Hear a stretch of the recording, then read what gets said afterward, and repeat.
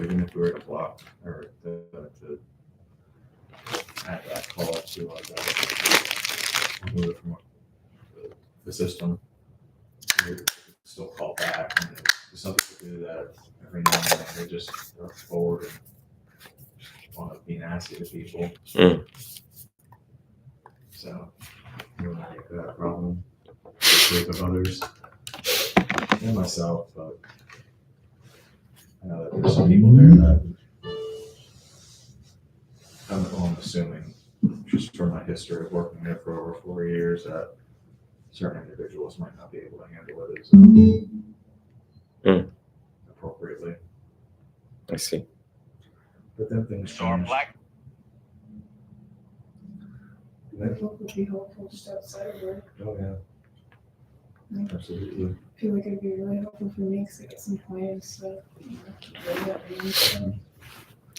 All right, so let us start Sunday service. Namo tassa bhagavato arahato sama sambuddhassa. Namo tassa bhagavato arahato sama sambuddhassa. Namo tassa bhagavato arahato sama sambuddhassa. Namo Buddhaya, Namo Dhammaya, Namo Sanghaya. Good morning to everyone across the world. On the east side of the world, no, east side is night and west side. Good morning to everyone on the west side of the world. Cali, New York. Happy Sunday. So for the first couple of minutes, I'm going to test out this wireless thing, because this wireless thing have always came with the speaker, but it didn't work out due to when a lot of phones are around it. So I'm just going to test this out. I expect it failing, so we may just, that's right, this is a testing for now. So let me review some things with my students real quick before we begin. So the 4 foundations of mindfulness, what else? That's primarily what we focus on this week for me. Anything stood out? Anything different from what we've been reviewing? No. Okay.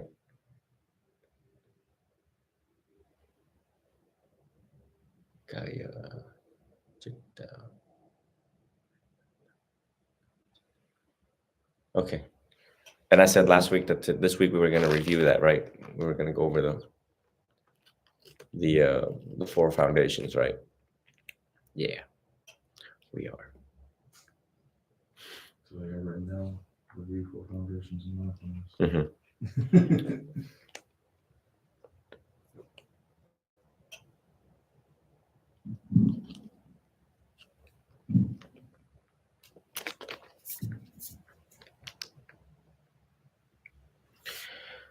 Okay, all right. Throughout this week, I just want to review the week with everyone. I was in the medical settings a lot. Noticed that I was in scrubs at one point, and I just don't want to scare people. Obviously, in the medical setting, when you wear robes, people tend to think that they're going to die. Every time I walk into the hospital, their faces are frantic. The front desk, they're like, "Are you responding to a code?" I'm like, "No, I'm just here to see someone, just to visit someone. No one's dead or dying in this present moment." So anyways, and then partial, see, it's starting to do it. So the partial people online, they were like, "Did you disrobe?" Like, no. No, but I think it scared my Red account. Like, then I went back into robes and everyone was like,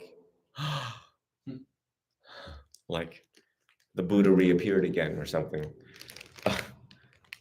So anyways, expect more of that since they've utilized me in the medical settings a lot. And while I'm in there, I have a lot of fun in the medical settings. Recently, there are this. It looks like an iPad, but it's huge. It's like the size of a human, and you hit anatomy or common conditions, and I tend to run over there and I play with it and I click on all sorts of anatomical stuff going on, and then I select 84,000 teachings and I apply it. And then in the most moment, I just grab the. So you guys didn't expect me playing around with a lot of medical models. When I'm bored, that's what I do. When there's no patient in the room or no doctors, I just look around and I'm like, ooh, syringes, look what I can do. Oh my goodness. So I become a 5-year-old in there. So, and so I'll publish those on my TikTok. It comes now to the 5th of February, whereas the end of February, I will know a little bit more about the Trova trip and where we're going to be traveling and when we're going to be traveling. But at this point in the practice, we're coming very close in wrapping up the end of the rapid realization program for students, especially local students. And this week I had some old students that wanted to come back. And so therefore I have decided to operate somewhat like Ajahn Chah and Ajahn Mun, which is being more direct, which is being more strict, more stern to particular students who did not heed the advice of the wise. I think that there will be times where people will see another side of me that I have been keeping it on the low, is because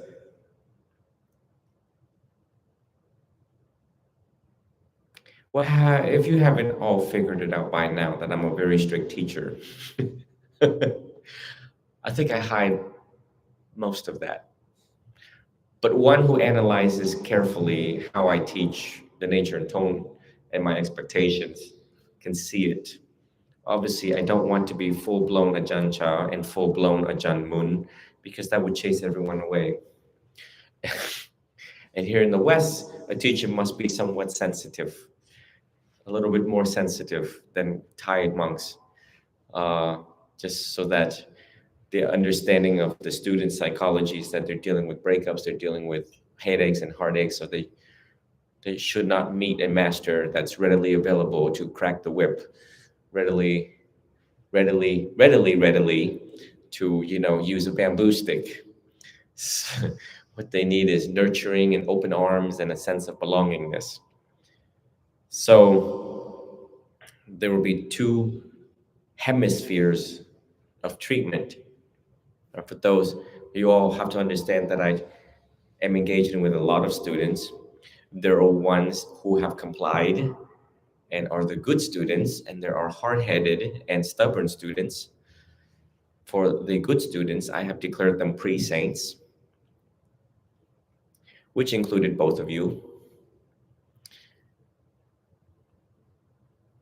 And what does that mean? I did that this week, and I need to define that even more. A student who has been declared pre-saint is one who tries to keep the precept as closest to the letter of the teeth of the law as much as possible. One who tries not to willfully, knowingly, and intentionally violates the precept and or local, state, federal laws, including tax evasion. It's just tax season. Oh, I forgot my TikTok. A student who is pre-saint, keeps themselves quite fairly mellow, try not to be reactive in life, try to keep the teachings of the Buddha always in their heart, always on their mind.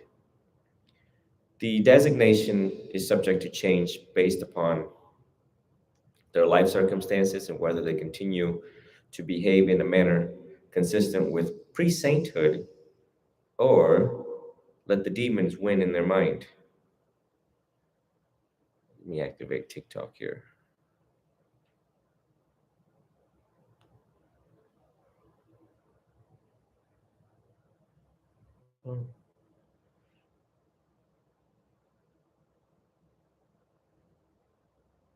This iPad's telling me it wants to die.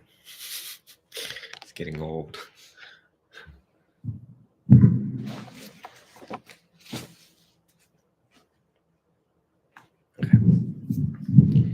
So the designation of pre-saint is designed as a reminder and for students to be proud of themselves where they are right now and how to maintain that status quo. One should not be attached to any title that I give to anyone. I'm not even attached to my own title. Like, who do I think I am? I'm just a visitor. So all of you should know that we're all just visitors, and so are all of you. Should not be attached to any worldly, conventional titles or nobility. It is defined how you live your life, how you treat other people. Be kind, be nice. That's it. Simply put, be kind, be nice, and stay with the practice. If you don't, karma will come and get you quite fairly quick, and you'll find out very quick. Instant karma.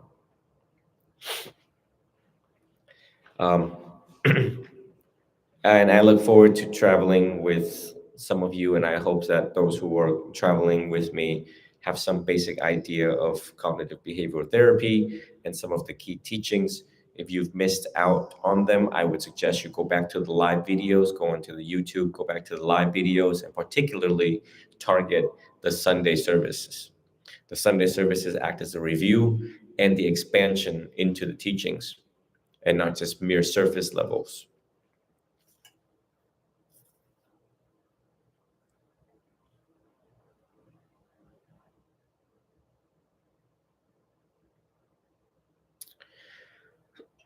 Statistically, you two are the millennials pre-saints.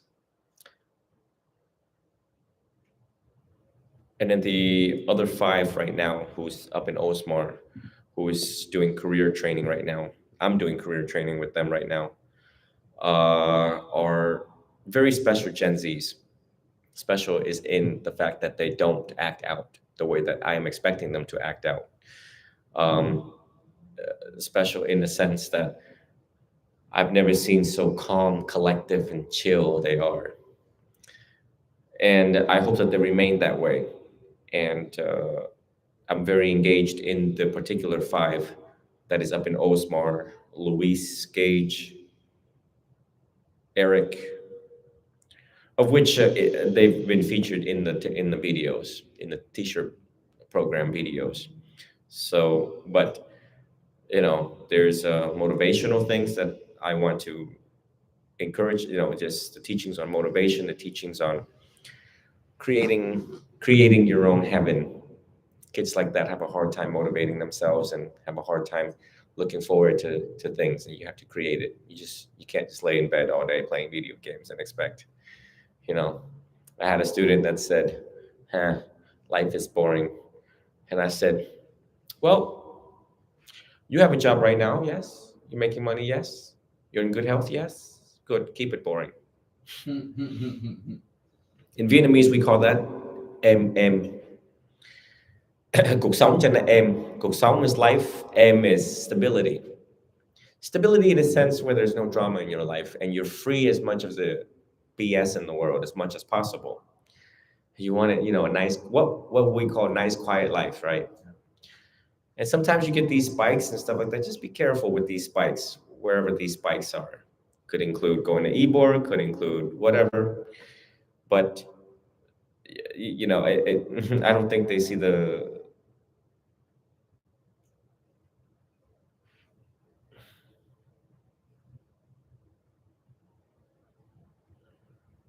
red account deactivate, stop going live. So we'll just leave that one alone. Deal with that one later.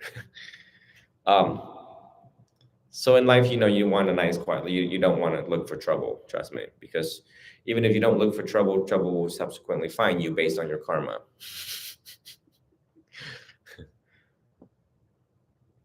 We come to a point where we will now look closely again at the 4 foundations of mindfulness, its applications, its clinical applications, and how it can help us go throughout life quite fairly quickly. The first foundation of mindfulness,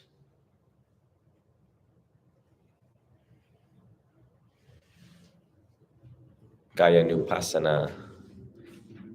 What can you all tell me about Gaya Nupassana?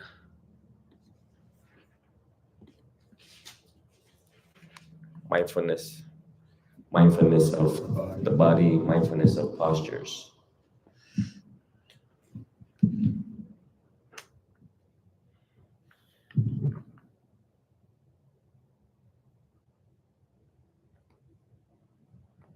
So for me, mindfulness of the body is paying attention to, of course, posture, as you mentioned, but breathing, how long I'm breathing, without trying to control the breath, just observing the breath, the duration, the intensity.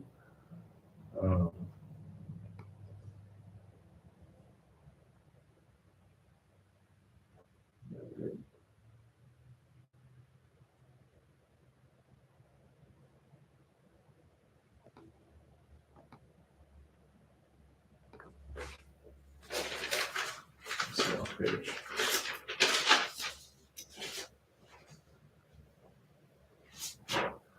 With the posture, notice when you're sitting up, standing, lying down, the impersonal nature of the body.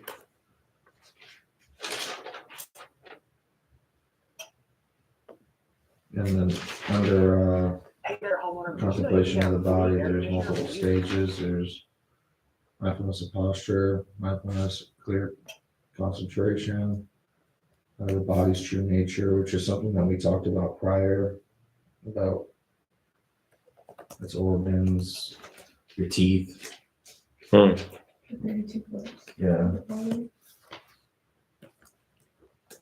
The physical elements of the body, earth or bone, waters, like the fluids, the blood and such, fires, digestion, breaking down food, air is the breath. Continuous contemplation of change. I don't know what that means. Oh, and I watched like meat changing, decomposing. And then there's the contemplation of death. The Midnight Cemetery, the image of death, contemplation of death. Not for fascination, but for reality. Doing death meditation, which I've done with guided death meditation with Bhikkhu Bodhi. Mindfulness of the body is more deep than I initially would have thought.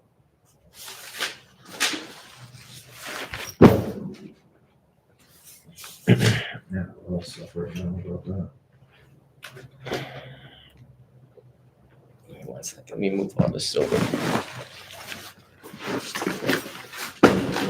Oops.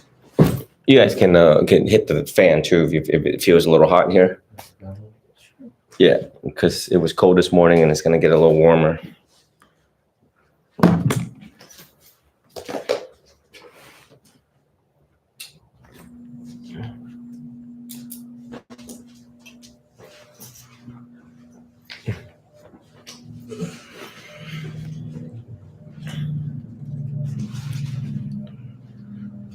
Okay, so the Gaya Nupassana helps us look at impermanence.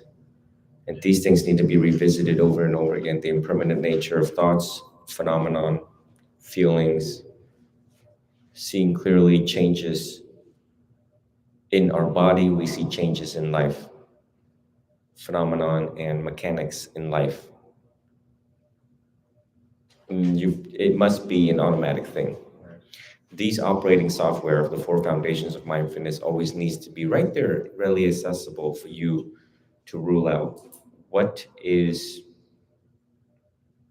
permanent and what is not permanent, and how not unstuck yourself, how to be unstuck with situations, circumstances, activating events right there and then in front of you.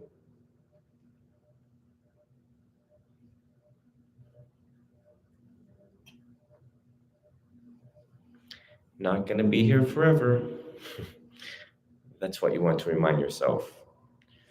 When you're at the doctor's office waiting, not going to be here forever. Waiting for a phone call, waiting and waiting and waiting, right? A lot of people forget this fact and they think that, oh my gosh, I'm going to be here forever, or certain things are going to be here forever. Hi, Brenda. Hello, my friends. You got stuff going on down there? I have a treatment at 10. Oh, Yeah. look at you. Yeah. Hey, tomorrow night, Reiki share a sound bath right here. Again? Yeah, 6 o'clock. Wow. This time Reiki share as well. Oh. Awesome. I'm sorry, 6:30. 6:30.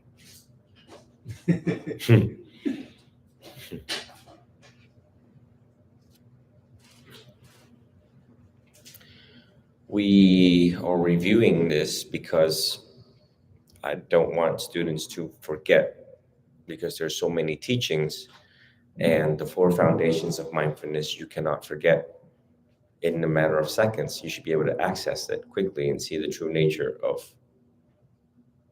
the body, impermanence, changes instantly.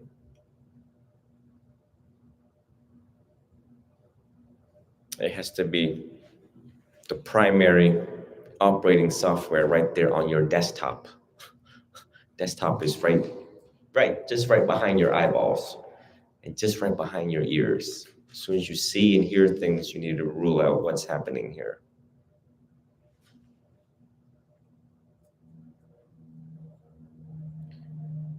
And this application towards work, the same,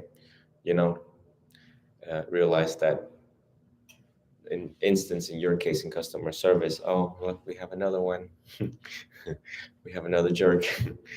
Yeah, this too will be impermanent. The impermanent encounter, the impermanent words that's about to come out, the arising of the words and the ceasing of the words. What arises also comes to cease. Seeing that you bear through it, you endure through it with patience. You bear through it with patience and compassion. You bear through it with understanding. And just let them have it. It's part of letting them have it. Just let them have it. It's part of giving. You want to be a jerk? Go ahead, you can have it. Go ahead, have at it. Yeah. And as they call you names, they're like, you think you missed anything else?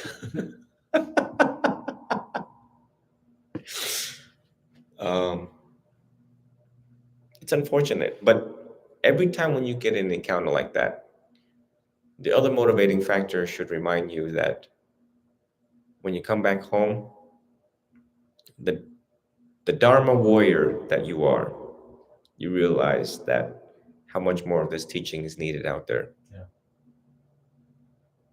It is a measurement of our society, though, yes, it's quite big. And yes, at times it feels like too big for a person to make a change. But in those moments, you can actually change that person if you're skillful enough to use the right words at the right time. Venerable Thich Nhat Hanh passed away, but he emphasizes a lot on this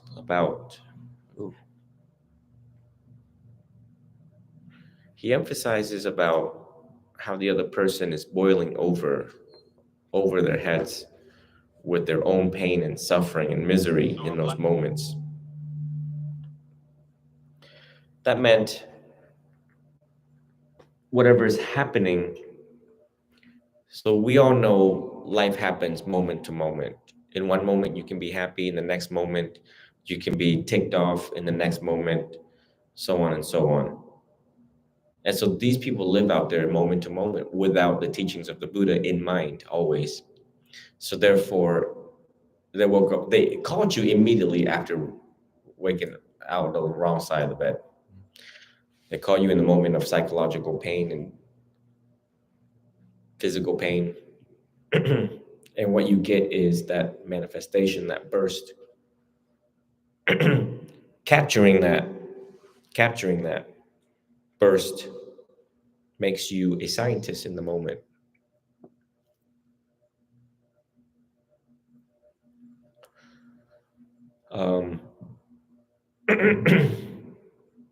So, my dad's office, it's called the Professional Social Service Office. We do everything in social services, private translations, interpretations, taxes, law, medicine. We do it all. So we get these phone calls all the time from people. They're like, "Excuse me, are you actual social services?" We're like, "No, we're a private entity.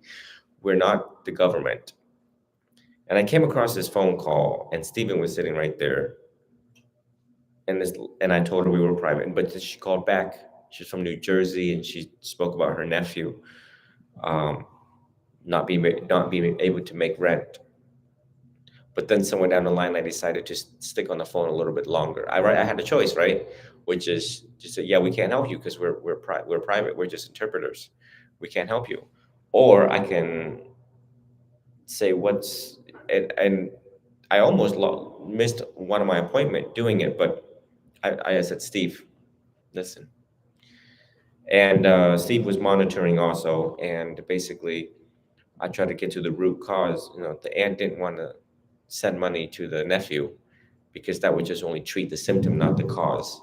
And I was trying to trace the root cause of the problem. But I just took the time to really understand. The problem seems deep. A lot of enabling, a lot of that issues that we see commonly here in America about family not being there for each other and not helping each other. Just the whole 10 yards of that phone call, because I had an appointment, I had to go, but that phone call could have lasted another like 6 hours straight, literally 6 hours straight, to trace the mom, the dad, who abandoned who, how do we get to this far at 40 years old? Why are we not making rent? If we wanted to use the practice of dependent origination and trace it backwards, it would take 6 hours, right? And then we go into the emotive process, and then we use CBT methods and all that. I could trace the root cause of it very quickly. But on surface level, it's nothing I could do. And she doesn't want to do what I suggested her to do. And basically, it got to the point where I was like, well, you want to send him money, but you don't want to send him money because you know that he would just use the money and then call you back next month. So we're just treating the symptoms, not the cause. She's like, yeah, I got that. I'm like, well, you can hold on to the money and you can make him go to counseling. And then if he does everything that you want him to do, then you can, so it's leverage, using money as leverage. I was just exploring all sorts of quick emergency medicine for this lady, but I don't, they're going to have to sit there and think about it real long, real hard about what's happening there. So yeah, listen, you don't exempt customer service. I get the other side of the stick too.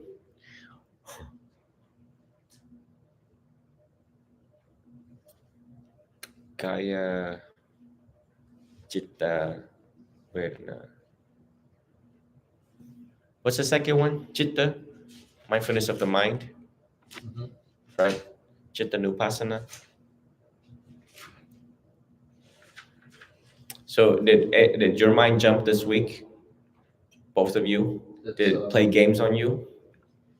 Yeah, I have feeling is the second one. And then consciousness the third. Oh, Kaya Vedana Chitta Dhamma. Okay. Let me back up a little bit. Kaya, Vedana, feelings and sensations. Any feelings and sensations this week? Pleasant, unpleasant, neutral feelings. Yeah,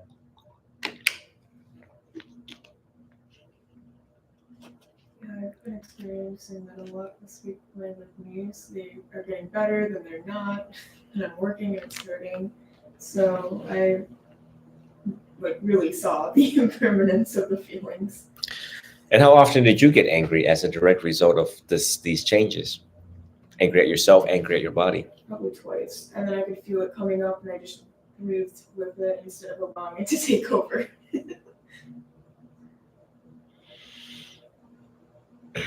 And it's okay. Sometimes you look at the darn thing, you just cuss at it.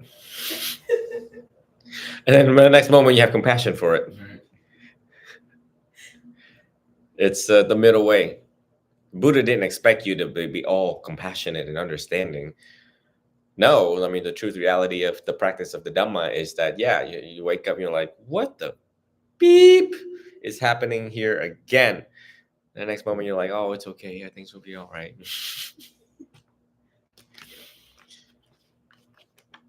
Vedana Nupassana. Mindfulness of sensations.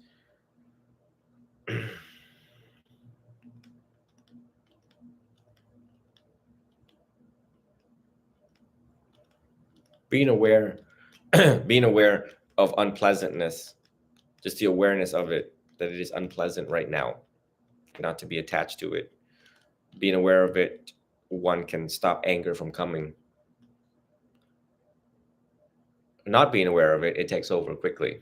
Then after you're like, oh, but did I just get angry again? What we don't want here is a habituation of it. That's where your blood pressure starting to change, right? The other thing I want to emphasize, both of you, in your practice is habituation. And who have I become? The two things that is very important, habituation and who have you become as a result of living day to day, moment to moment. Day to day, moment to moment.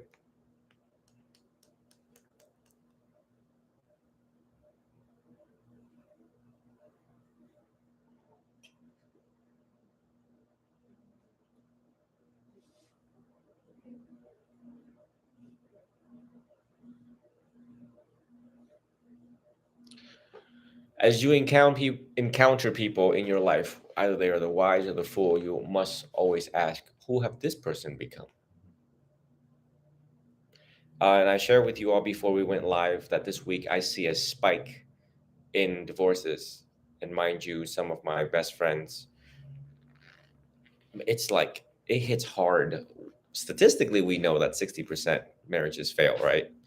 It's even harder to, I guess this thing is working out. I'm just gonna not use this anymore. It's even harder to see your own circle go through it.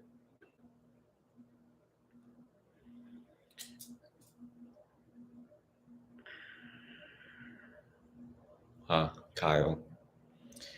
And the most recent divorce came from Kyle and his wife. And Kyle's always been known to just be wild, just very wild.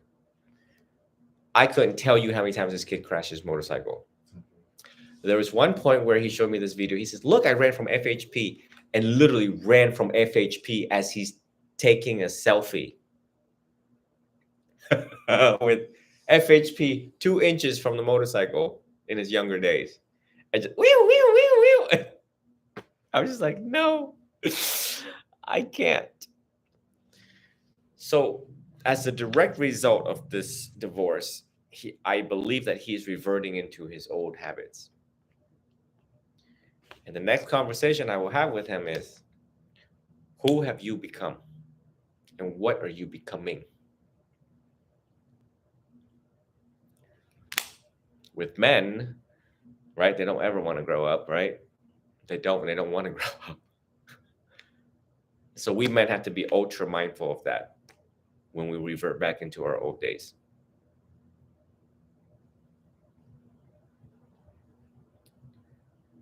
The Vedana part, the mindfulness of the feelings part, is extremely important, because people who are not mindful of feelings and sensations, eventually that rules their life. I'm gambling because of the feeling that I'm feeling about my breakup. I'm drinking because of the uneasy feeling that I feel when I get certain news about. And when you all study CBT, you all see the emotive factors of that. Now, mind you, in life, you will meet a lot of people that have ADHD. And something that is overlooked with ADHD is the emotional component of ADHD. They can't sit still because they don't do well sitting with the silence of their own thoughts. Therefore, they continuously make things, they just all over the place, so that they can distract themselves unconsciously from the root cause of that pain. Until we resolve that emotional component of ADHD, then we can look at other organic effects or factors that constitutes that ADHD. But the first thing when someone tells me ADHD, and you know what, these two kids that I up in Osmar right now, Eric goes, you know the supplement Asquanza?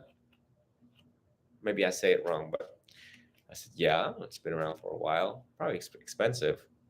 So back in my day, I studied holistic healing, like all of the spices, turmeric, Asquanza. This is other stuff that I took notes and I don't remember it by now. But so I got some basic knowledge of it. Pretty much they're anti-inflammatory, and they can fight cancer, pretty much, in totality. But of course,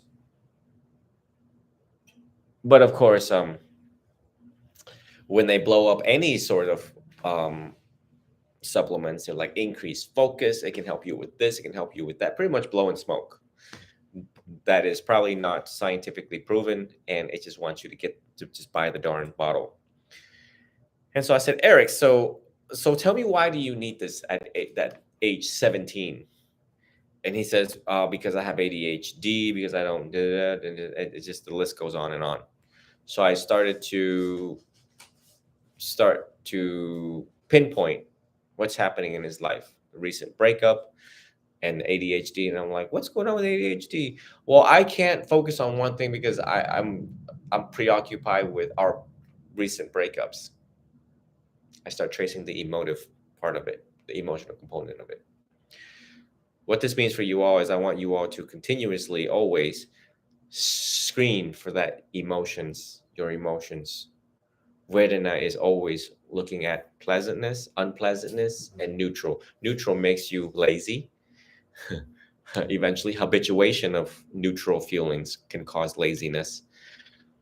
The habituation of unpleasantness can lead to anger and hatred.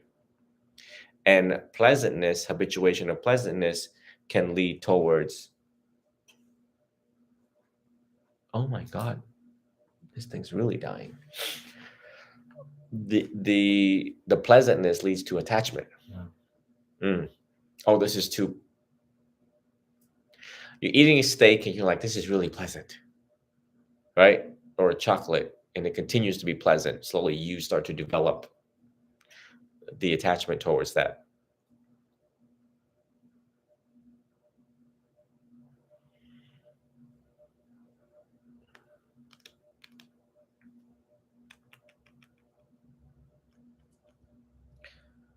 We're reviewing this because I want to see you guys in action by the end of this month with Sahari's kids when they come down, and the Osmar kids when they're coming down.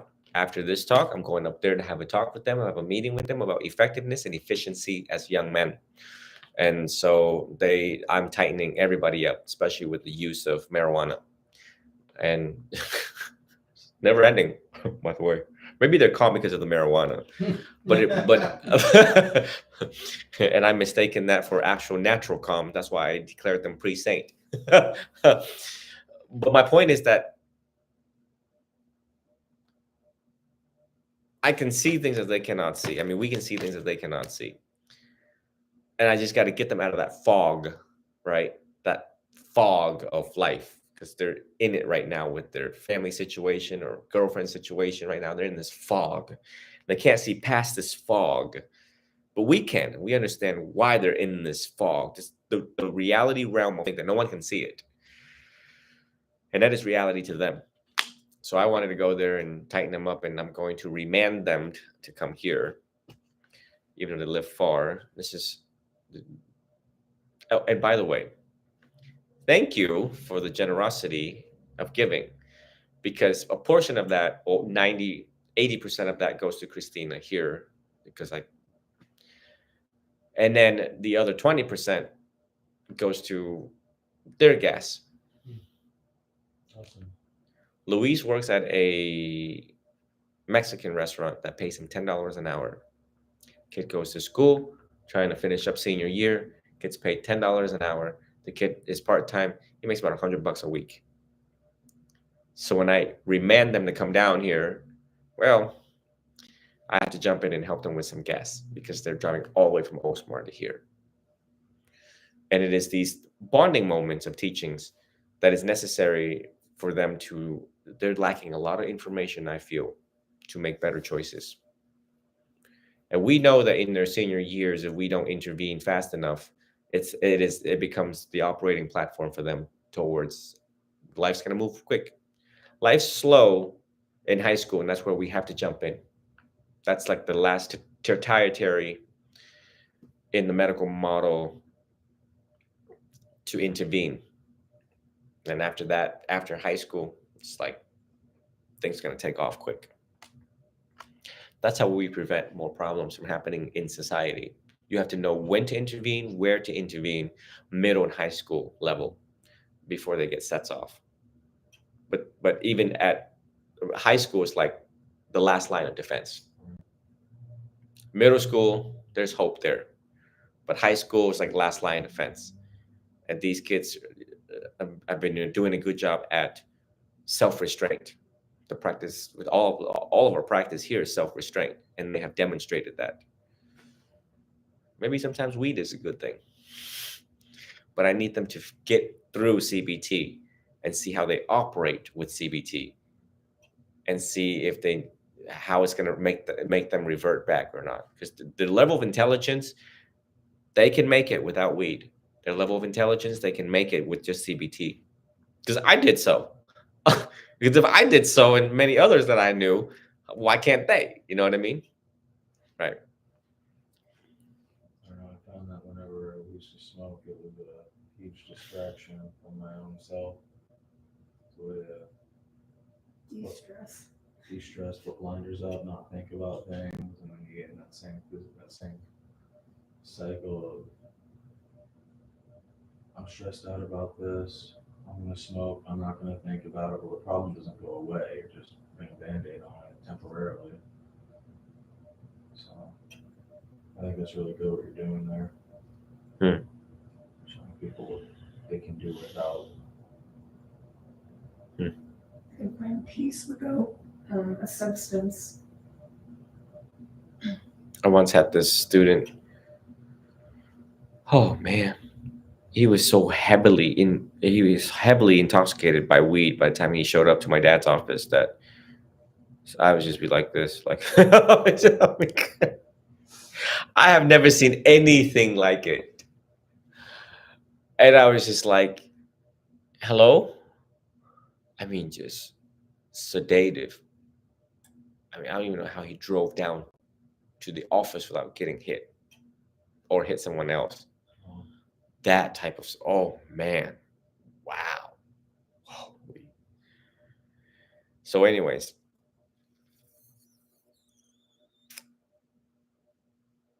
then we move on to Chitta Nupassana, mindfulness of the mind, which is the cause of everything else, right? The cause of what everything that is producing. Chitta Nupassana. Ooh. What am I forgetting here? Contemplation of the mind. Give me 1 second here. Okay. When a mind with greed arises, a bhikkhu knows this is a mind with greed. He knows when this is a mind without greed. When a mind with anger arises, he knows this is a mind with anger. When a mind without anger arises, he knows this is without it. When a mind with delusion, he knows when it is and without delusion. When lazy, slothful mind, he knows this is a lazy, slothful mind, and the total opposite of that. This is a distracted mind, or when a developed mind arises, he knows this is a developed mind. When an undeveloped mind, this is an undeveloped mind. This is an inferior mind, or when a superior mind, anuttara citta, this is a superior mind. When a concentrated mind, he knows this is a concentrated mind. When an unconcentrated mind, this is an unconcentrated mind. When a mind temporarily free from defilements, keyword temporarily free from defilements, he knows. When a mind is not free from defilements, avimutti citta, this is a mind not free from defilement. Last paragraph. Thus he dwells perceiving again and again the mind as just the mind, not mine, not I, not self, but just a phenomenon in himself. Or he dwells perceiving again and again the mind as in others. And he dwells perceiving again and again the mind as just the mind in both himself and in others. He dwells perceiving again and again the cause and the actual appearance of the mind. Or he dwells perceiving again and again the cause and actual dissolution of the mind. He dwells perceiving again and again both the actual appearing and dissolution of the mind with their causes. To summarize, he is firmly mindful of the fact that only the mind exists, not a soul, self, or I. That mindfulness is just gaining insight, vipassana, and mindfulness progressively. Being detached from craving and wrong views, he dwells without clinging to anything in the world. Thus, bhikkhu in this way, bhikkhu dwells perceiving again and again as the mind, as just the mind. So pretty much,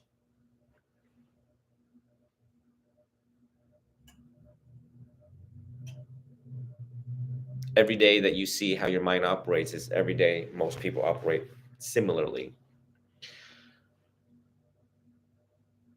The mind as just the mind in both himself and in others.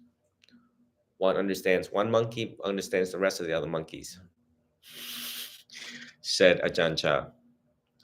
And you see clearly, honestly within yourself when your mind is undeveloped and how we can develop the mind. When it is superior and inferior. Is that talking about like the ego and then like the saboteur? Okay. I'm doing this because I feel inferior. Yeah. I'm doing this because I am superior over others, right? So our leaders don't do this. Our leaders don't sit there and practice citta nupassana. So therefore, they let the superiority override, and so it's like now we got that balloon thing with China, spying on the U.S. And I'm just like, you all must be very bored with life, the little leaders over there. And I'm just like, you are just really bored. So I sit there and I imagine you sit there with your glass of wine and you just decide, let's piss off the United States by sending a gigantic white balloon and let's see what they do. And then let's wait and sit back and watch CNN. And then let's just, poke a stick at the United States and see what they would do. And then let's get all their generals together in one room and decide how they're going to kick our ass. Isn't there one in Canada and South America too? I don't know, but that's what they do when they're bored. See? When a mind with delusion, distracted mind, undistracted mind, just fools. It's like pouring gasoline on an anvil or throwing a Right, in the midst of all of us trying to get it together with economy and manufacturing and all the little tiny stuff, these ding dongs up there, got strippers all over their office and decides, hey, let's just send a couple balloons over there and see what they would do. It's just literally like just poking a stick at an elephant. Literally just like, yeah, well, we're bored and let's go over there and just.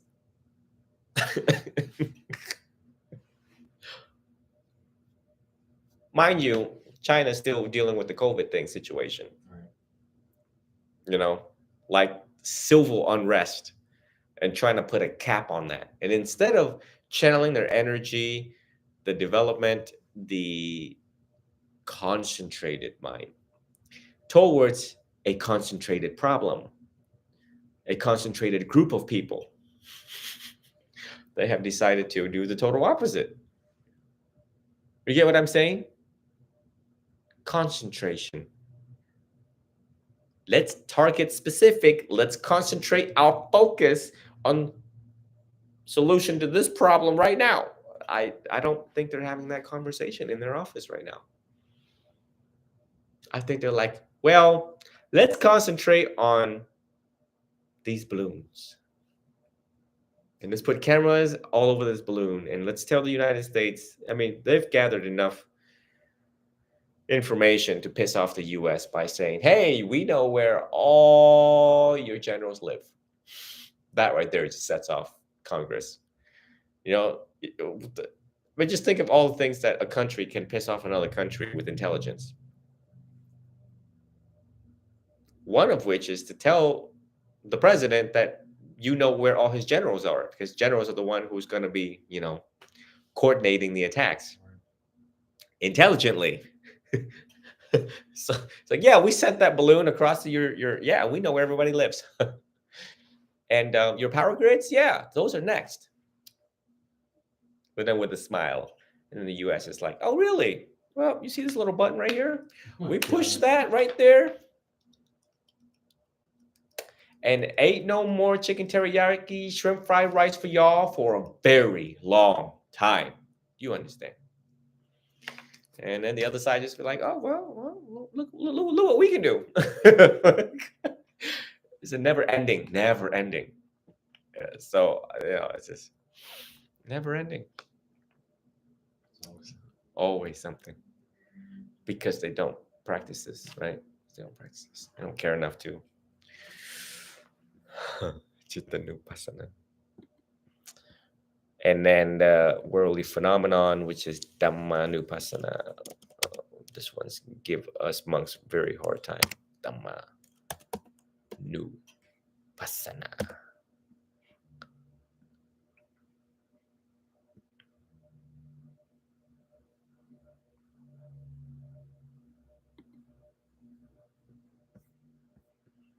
Oh, geez. This one's long. As expected.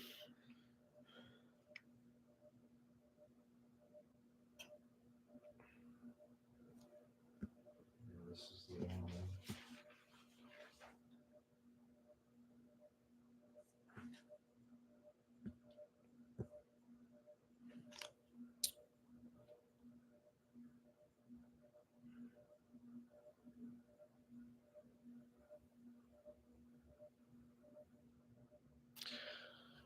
Okay, so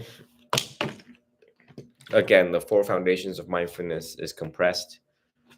And when you go into, like, I'm looking at 44 pages right now on Dhamma Nupassana on my screen. And by the way, I did buy that book that you have by Joseph Goldstein. Nice. Is it Goldstein? Yeah. Okay, I got Goldstein mixed up with Jack Kornfield and walked into Barnes & Noble and was confident, utterly confident, and said it was Jack Kornfield, Mindfulness. And the lady punched it in and she's like, I don't see it. And I started to get a little irritated. And I was like, what do you mean? I'm very confident that it was Jack Kornfield. Until I went back to my TikTok video which I took the video and it said Joseph Goldstein. And we had a big laugh there. Then I told her, well, I couldn't find this book in that shelf. And I spent 20 minutes over there on that. And I did. I spent 20 minutes on the shelf. And she walks over there and she just goes, zip, here you go. And I felt like a fool. That happens all the time. The black belt in mindfulness obviously wasn't a black belt that day. So anyway, but I bought it to see Goldstein's take on it. I mean, I've read Goldstein and Cornfield back in the day, but when you read it for so long ago, I just want to see how they represent revisions in their texts nowadays. Then I bought one on the mindfulness for teens, for young adults too. I want to see who is the author and what teachings did they select for our teens nowadays to inspire them. Every year you guys should go out to Barnes & Noble and look at books on Buddhism and see, even though it's the same title, it's written differently. Oh yeah. It's updated and it's revised.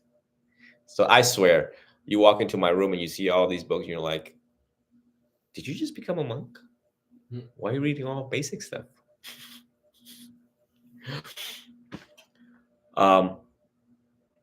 Because the origin of it is right in front of me here.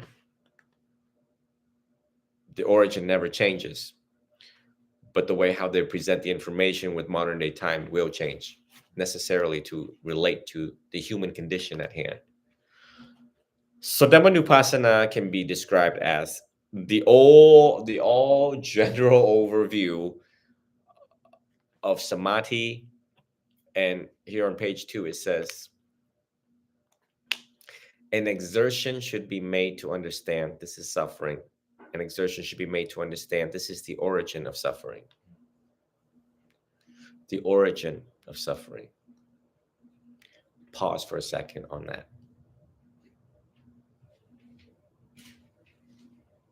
And use that in your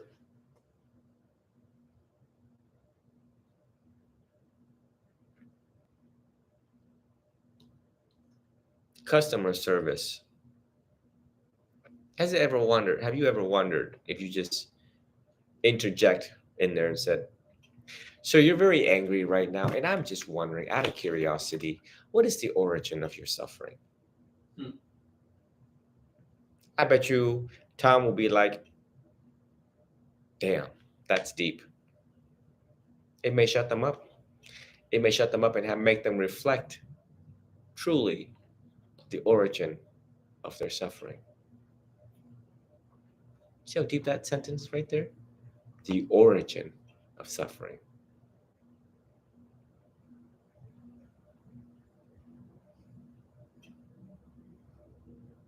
The origin of glaucoma. The origin of diabetic retinopathy. Because originally we didn't keep an eye on our sugar. Then it led to diabetes, type 1, type 2, whatever. And then eventually now you're losing your eyeball. The origin of suffering. Just that sentence alone, I just helped you out in your line of work. When they're off the chain, just tell them, I totally understand that you're very angry at the company. Yeah, listen, did you know that I just work here? I'm not the CEO, you know. So you're screaming at me, and I can't scream at the CEO. And quite frankly, he's probably not even monitoring. If you want things done, you might write a letter or something, or come down, knock on the door. But I'm just wondering, the fact that you're so angry at me, have you ever thought about the origin of this anger? The origin of your suffering right now? I'm teaching you how to do Buddhist psychotherapy in the most calmest way, but yet changes that individual to no longer be nasty or to be unintentionally a-hole to you and to others. You can utter 2 sentences and humble that man for the rest of his life. Did you know? With just the origin of suffering.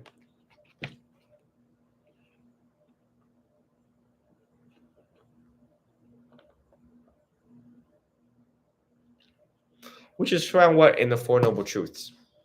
What would that fall on? 1, 2, 3, 4. There you have it.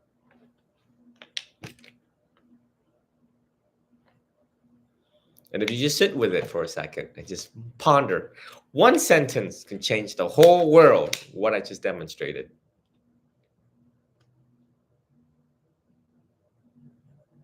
An exertion should be made. His words are so beautiful. The Buddha's original Buddhist text, it's just beautiful. But see how it repeats itself? Discerning, discerning, discerning. An assertion should be made. It makes sure you don't forget.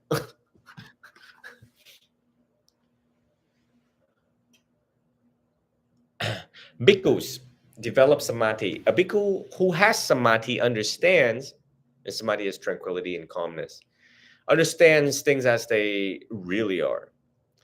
And what does he understand as it really is? He understands as it really is. This is suffering. He understands as it really is. This is the origin of suffering. He understands as it really is. This is the cessation of suffering. He understands as it really is. This is the way leading to the cessation of suffering. See how beautiful these words are? Have you ever stopped to try to use this in your modern day American Standard English language?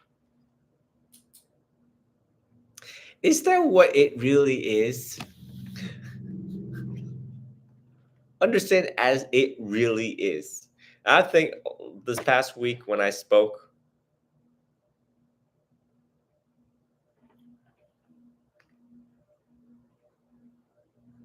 the Buddhist angels that you actually really are. See the language, how it makes people feel?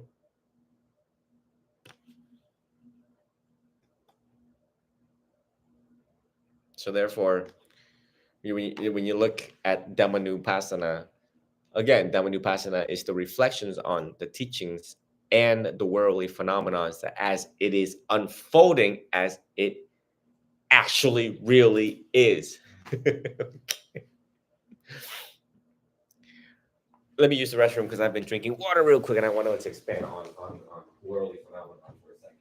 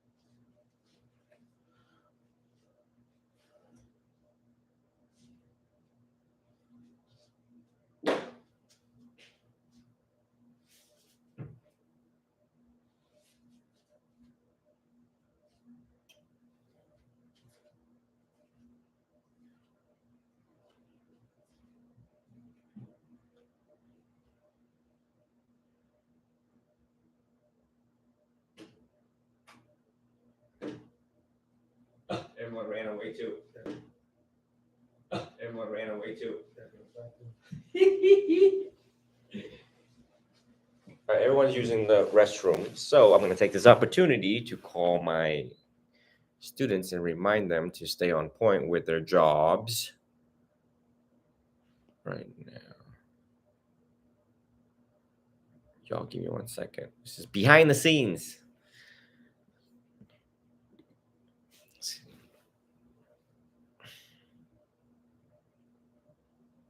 Oh, I'm just now seeing messages on YouTube.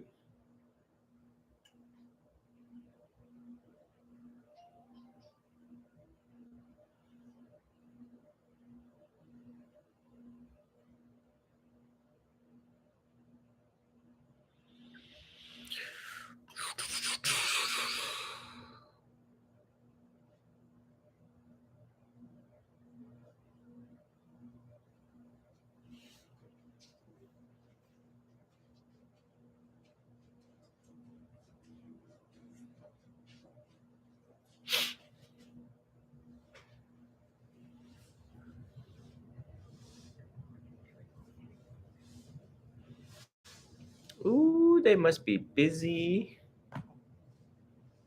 Ooh, I don't get a check-in.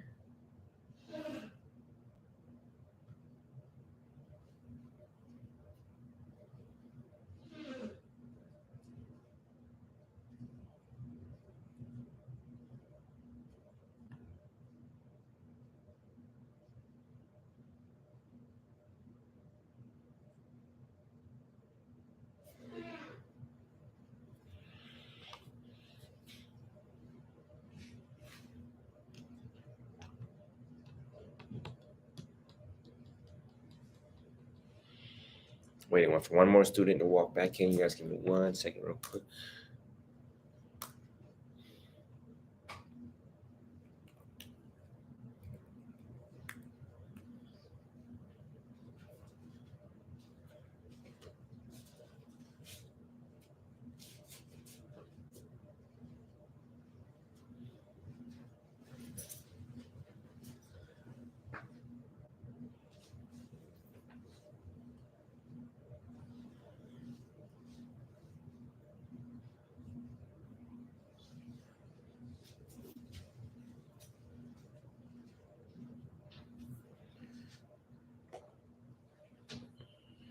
All right, so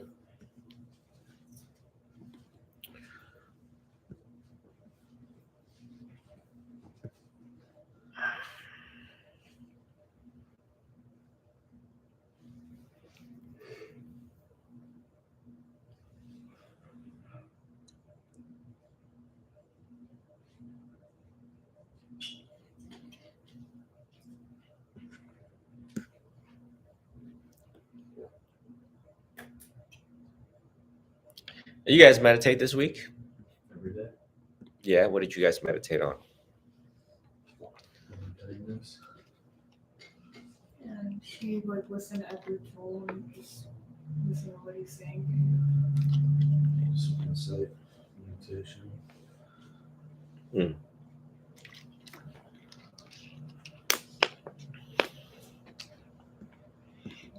Anyone meditate on the factors, the 7 factors of awakening? Mindfulness, 7 factors of awakening, which is mindfulness. Number 2, the examination of phenomenon. Number 3, energy. Number 4, delight. Number 5, calm. Number 6, samadhi. Number 7, equanimity.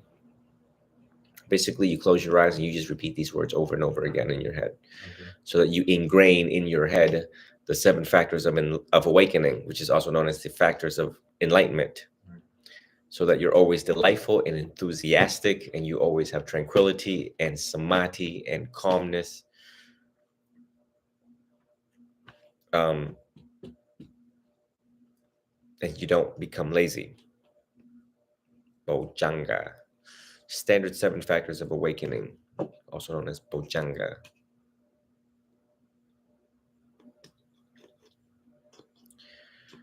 The Dhammanupassana is the examination of phenomenon, which is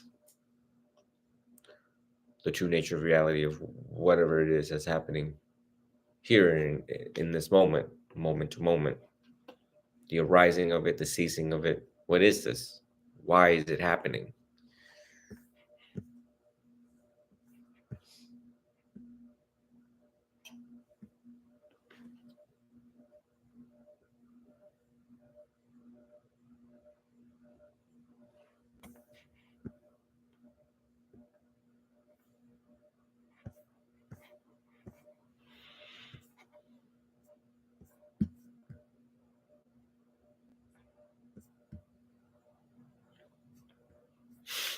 It's literally a whole review of the Dhamma.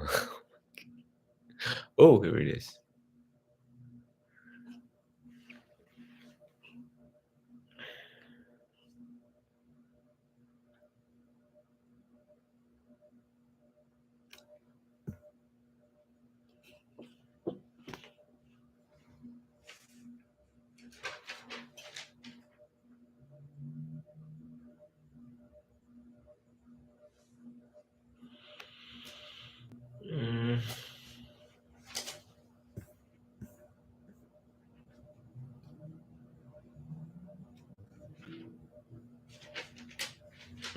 Okay.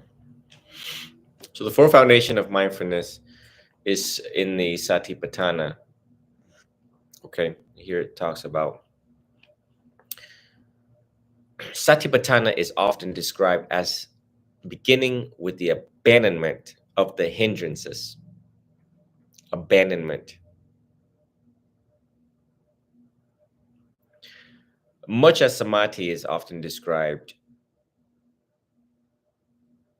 whatever arahants, perfectly enlightened ones, arose in the past, all those blessed ones first abandoned the 5 hindrances, corruptions of the mind, and weakness of wisdom. With their minds well established in the 4 establishments of mindfulness, they had developed correctly the 7 awakening factors, and thereby they had achieved the unsurpassed perfect awakening. Therefore, you must have to look at the 5. You see, we'd have the how, right? And here that tells you the how, the abandonment of the 5 hindrances. And in order for you to be convinced that the 5 hindrances is not a good thing, you must write that and you must call it out day to day, moment to moment in your journal. You have to see it when we're being lazy, when we have anger, when we have doubts in the Buddha, doubts in the teachings of the Buddha. You must put that in check by and through writing, by and through deep reflections.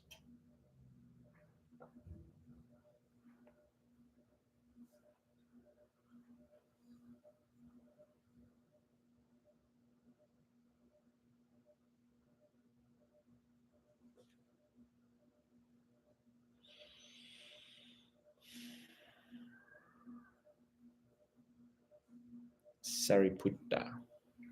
One day you guys studied the 5 disciples of the Buddha, right? Sariputta is one of them.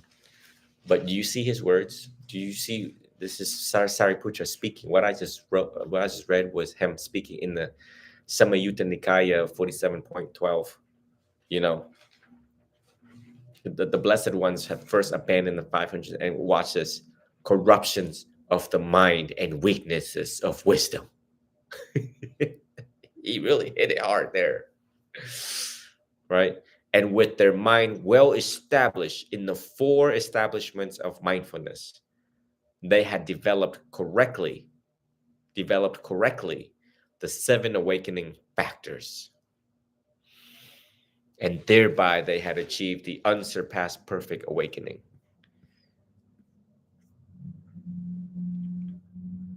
So when we look at Arahant, disciple Sariputta of the Buddha, he gave us the how to correctly develop the 7 awakening factors. That means that you spend each day on each one until you have perfected each one of those awakening factors that I have just read to you. That's coincidental. 1 a day. 7 days in a week. That's right.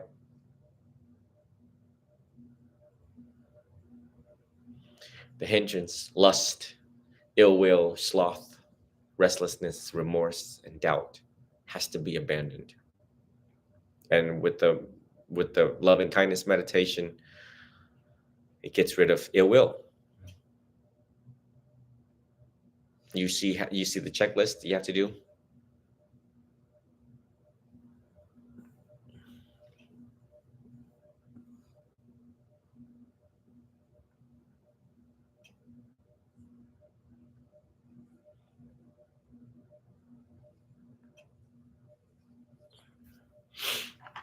All right, here we have more.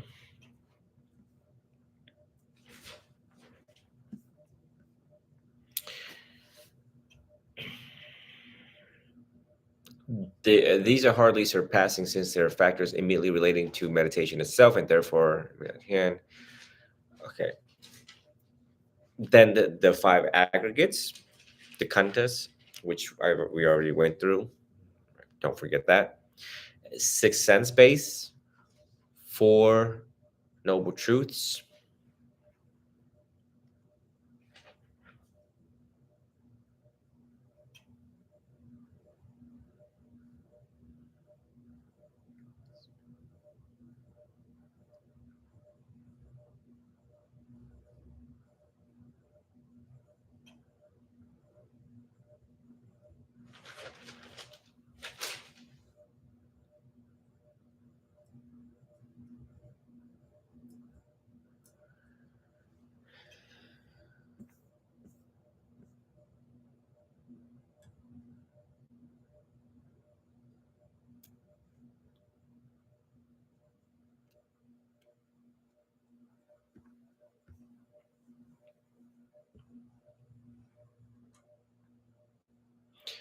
Any one of you guys had aspiration to leave a legacy behind or make an impact in the world?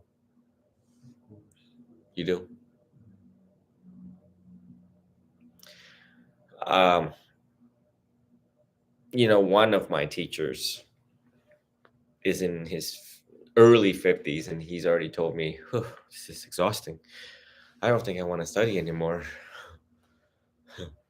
And I said, okay. He's already exhausted at 50 years old. What does that mean? Well, if we use that standard 50 as, exhaustion,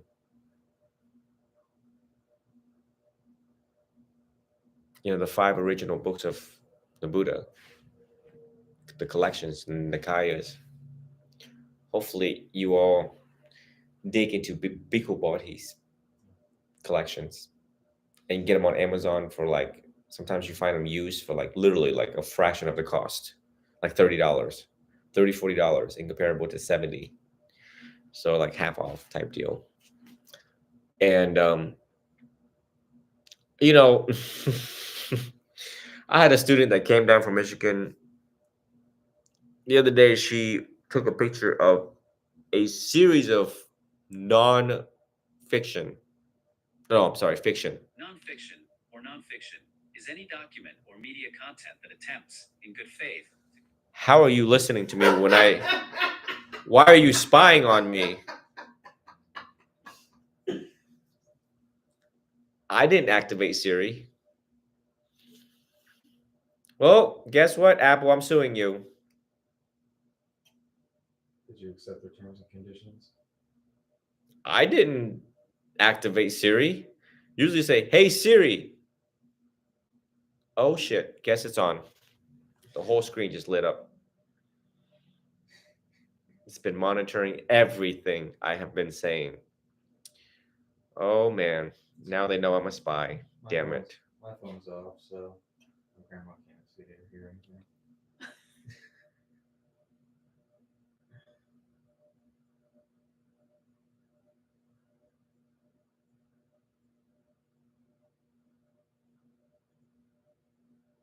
It don't even have. I ain't fooling with this. I ain't fooling with it. So where was I at? All right, the Nikayas. So this student took, like it was a set like this big. So I hope you all make it your quest to read as much of the Nikayas as you can. So that later when you are in your 50s, you can sit back and have control over a body of knowledge and just become the wise. And they all will have to come to you and ask. What's Dhamma again? You sit there confidently, having meditated, having fought the good fight and conquered. Sit there as an emperor of the Dhamma. It's pretty awesome. It should be done, it can be done, and it will be done. I've told myself. Because I've already read 2 of them. I just need 3 more. But the timeline I set for myself is if my teacher is exhausted at 50 something, then I need to anticipate the same level of exhaustion at 50. Therefore, I need to have it all down. But again, we're reviewing it. I'm only on page 15. I'm only on page 15. 44. On just the Dhammanupassana alone.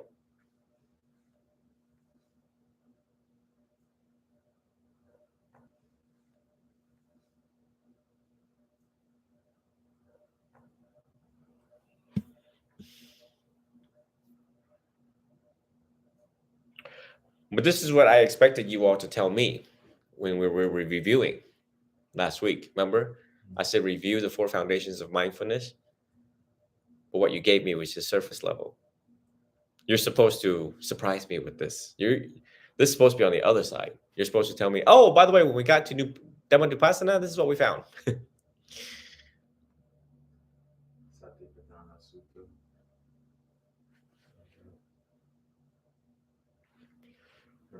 do the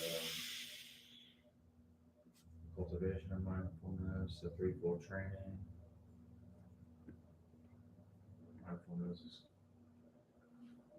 Mindfulness is called a controlling faculty, Indriya,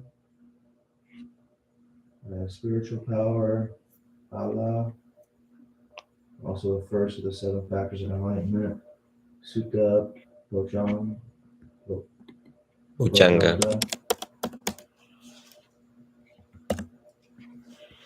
That was interesting. Virtuous conduct casts out lust, calm of true concentration, and mental culture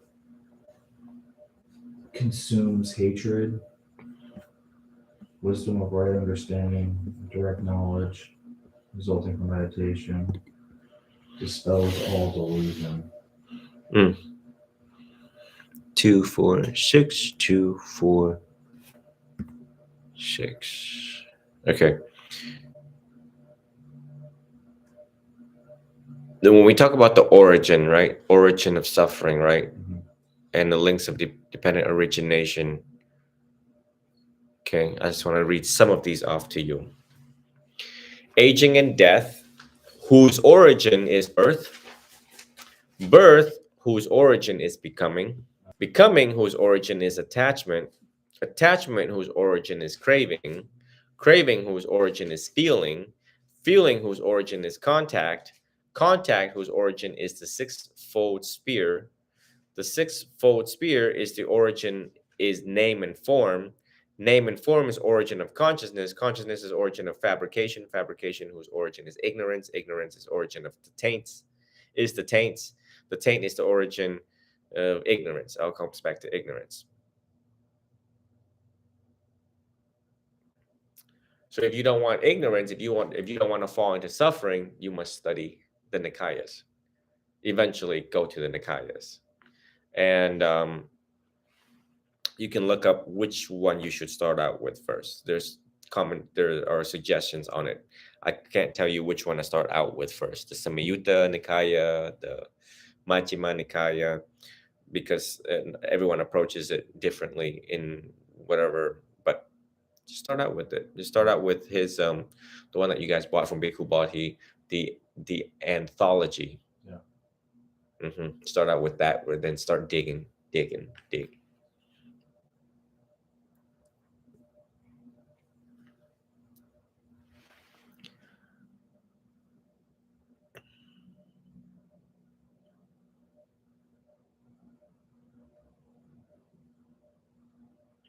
The Samyutta Nikaya is a particular valuable resource for examining trainings. For instance, the Kanda Samyutta, constituting 131 page and 159 suttas in the Wisdom edition, look at the aggregates from every angle, asking us repeatedly to notice their impermanence, unsatisfactoriness, and selflessness, as well as their allure, their danger, and the escape from them. Keyword, their escape from them, of which leads to alcohol, gambling, more sensual desires.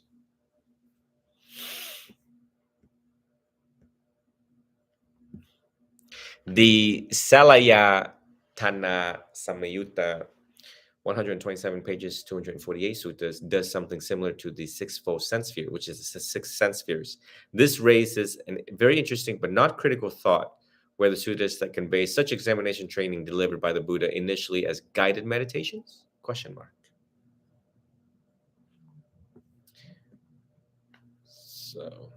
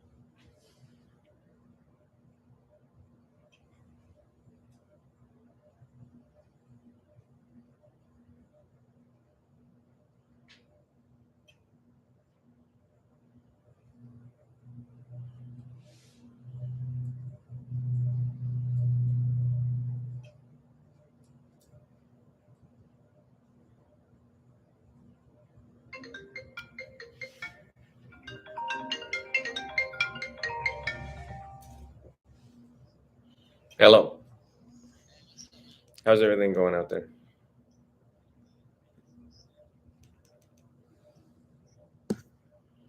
I need pictures, huh? And motivate everybody. There's 3 people out there today, so motivate everybody. Rise, alert, awake. Yeah, good, good. And try not to congregate and talk in a group setting because they're all watching y'all. Good, good. So, all right, see ya.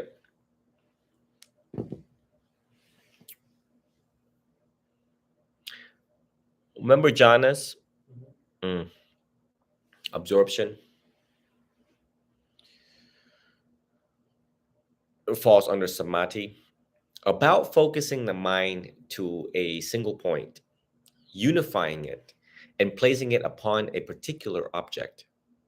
If this process of steadying the mind on a single object is allowed to mature, it will eventually reach a stage called absorption. In this state of mind is so thoroughly attending to a particular object that is no longer aware of other objects that might present themselves as a sense door. Keyword here is steadying the mind on a single object is allowed to mature, allowing it to mature. So the mindfulness of the breath has to be mastered.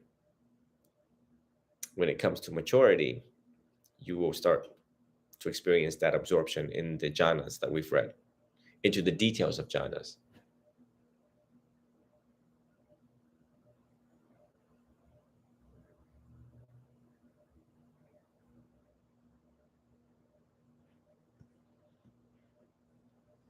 I'm just going through mindfulness.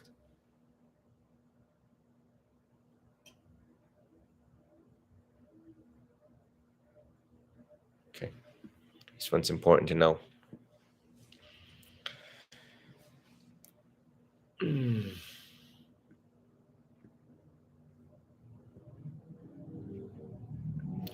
Unlike one-pointed and absorption, mindfulness tends to open to a broader range of phenomena. Rather than restricting the focus to a singular object, like a floodlight rather than a spotlight, mindfulness illuminates a more fluid, phenomenological field of ever-changing experience. Mindfulness practice is more about investigating a process than about examining an object. Investigating a process than about examining an object. The concentrated mind is then directed to a moving target. The flowing stream of consciousness, rather than being allowed to stabilize on a single point. Mindfulness practice allows the mind to follow whatever is arising in experience. There's less a sense of controlling what the awareness is resting upon, and more care given to how awareness is manifesting. I'll read it again because it's just so beautiful. That's interesting. Unlike one-pointed and absorption, mindfulness tends to open a broader range of phenomena. Rather than restricting the focus to a singular object, like a floodlight rather than a spotlight, mindfulness illuminates a more fluid, phenomenological field of ever-changing experience.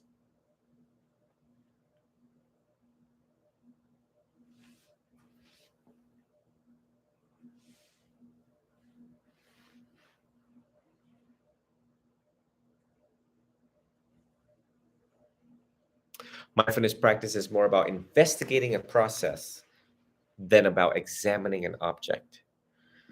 The concentrated mind is then directed to a moving target, the flowing stream of consciousness, rather than being allowed to stabilize on a single point.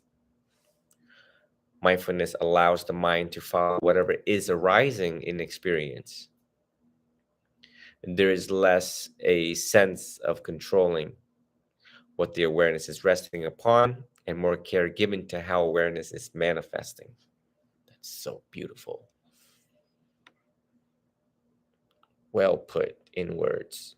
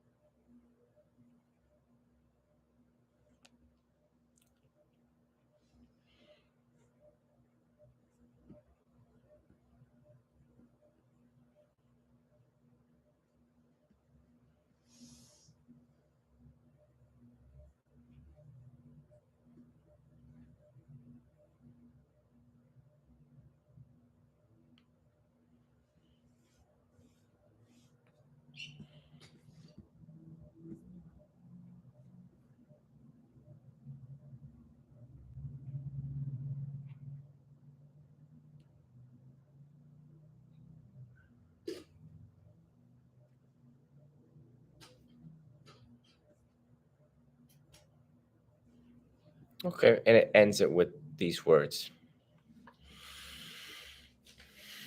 Quite long, but beautiful. Summary and conclusions.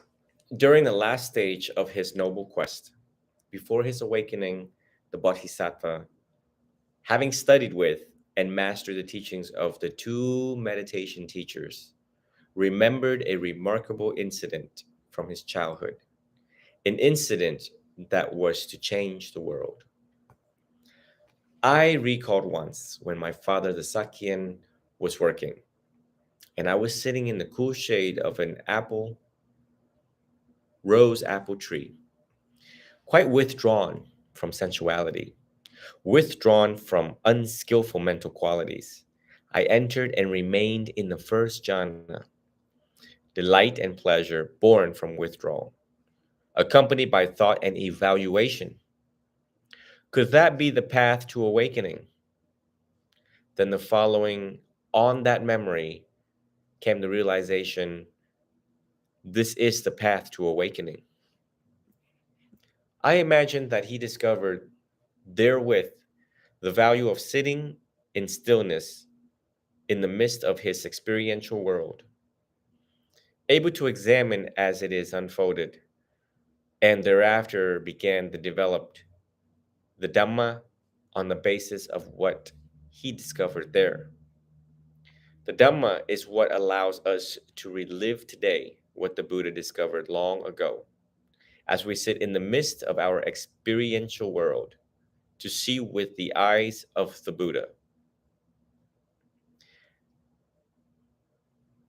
This essay has been about sitting with the nuts and bolts of experience, while informed by the nuts and bolts of Dhamma. Nonetheless, one might well ask, why does writing about something so concrete and direct require so much intellectual argumentation, footnotes, cross-reference, cultural and linguistic analysis?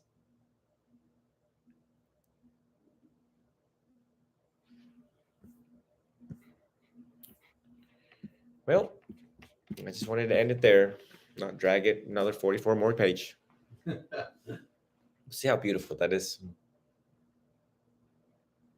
And it is exactly that beauty in his instructions that reminds us to return back to the breath and to still it, to calm it, and then go to Vipassana meditation and to see the broad range of experiences in our lives and to see it unfolding true nature of reality. Once you've mastered the four foundations of mindfulness, to me, as I teach, you really don't have to meditate anymore, because as you open your eyes, you're actually meditating. Right. You already are mindful. That is the arahant. That these are the stages of enlightenment.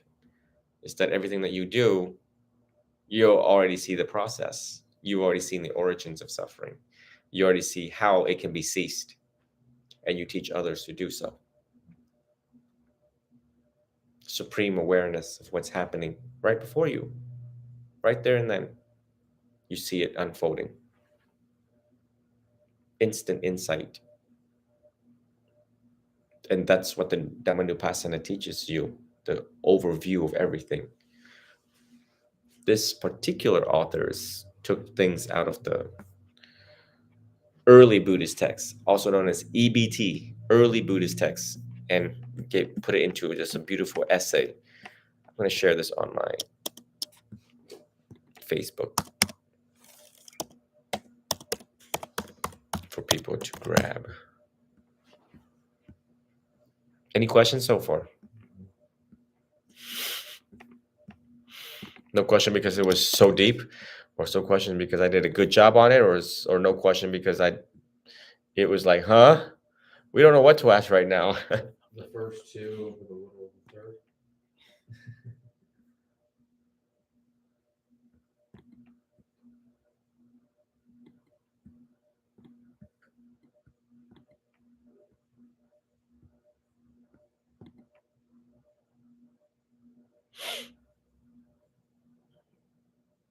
That's great.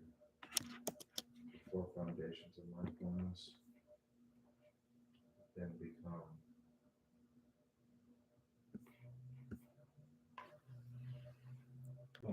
at that point you're fully mindful on each and every thing that you do. It's moment to moment, yeah.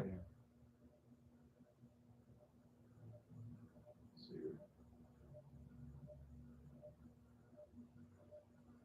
it's just nirvana right there.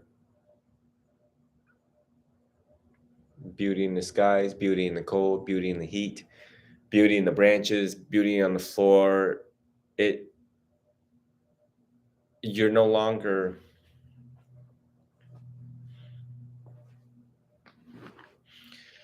literally moved by anything, because you see it's not permanent. Anyone or anything that tries to infiltrate your peace, you're unmoved by it. You don't touch it. You don't entertain it. You don't do anything that starts the process of dependent origination of suffering, because of that wisdom.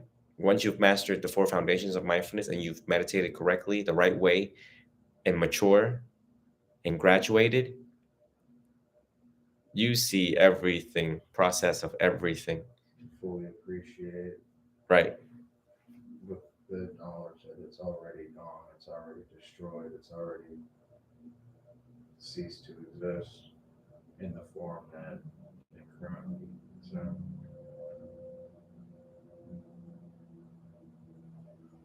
be it a conversation, a plant. It's like a doctor graduated as a doctor, and he understands how diseases are formed. He understands the root cause of diseases, how to stop it, how to prevent it, treat, cure, prevent. So he doesn't put himself in positions where he himself could be a patient. He's careful when he touches things. He's mindful to wash his hands before he eats. He's careful in everything that he does. Don't drink sewer water. Yeah.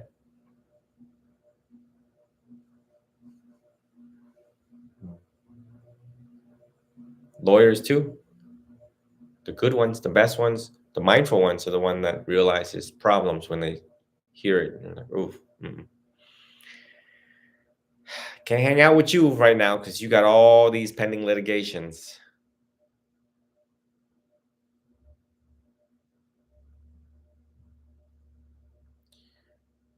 So my point is that you all must constantly evolve in the understanding of the Dhamma, the academic understanding of it, and use what you have understood and meditate on it.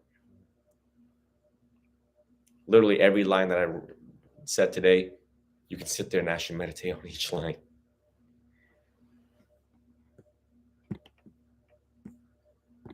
Take intellect and transform it to insight.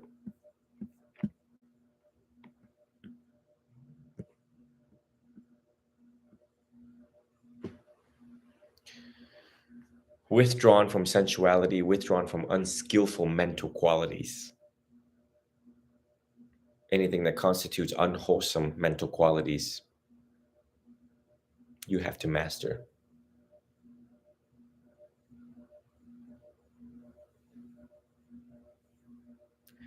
Delight and pleasure born from withdrawn, accompanied by thought and evaluation.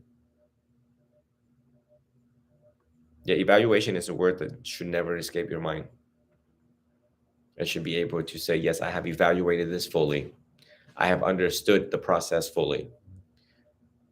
These are words consistent, used by a Buddha, from a Buddha.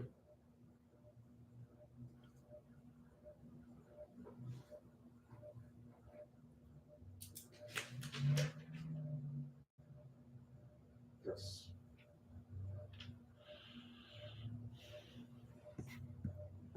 Evaluation.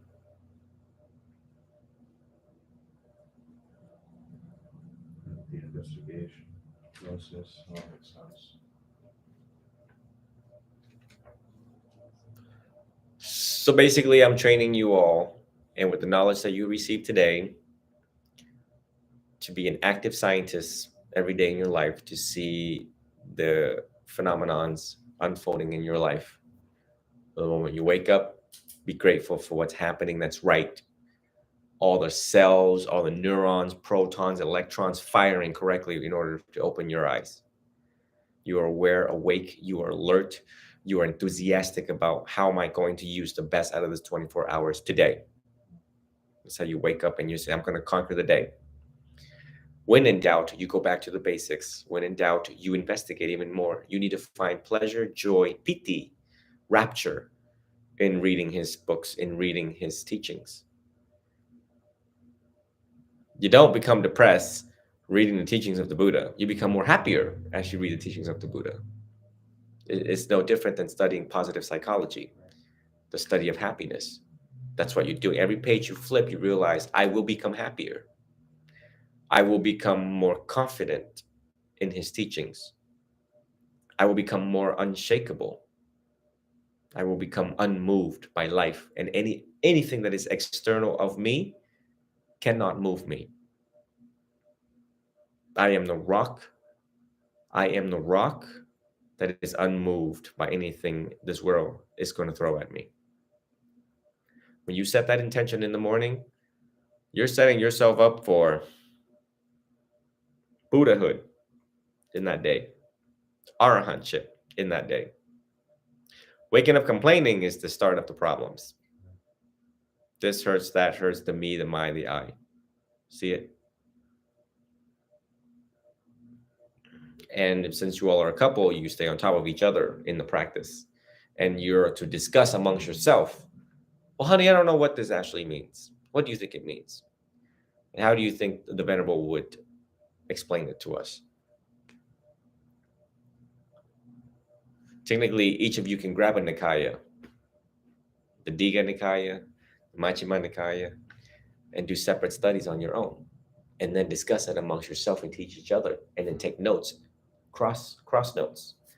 And that's where you become the teacher, you become the teacher. That's the best way to teach something is, the best way to learn something is to teach it. Then you swap books after you're done. And then you realize, wait, I done caught your mistake here. Because I read this sentence and you didn't. And this stood out more to me than it did probably for you. And that's how you make it fun. So both couple excel in the academic study of the Dhamma, becomes two of the most powerful couple the world has ever seen. Once you've mastered the Nikayas, shoot, other monks have to bow to you.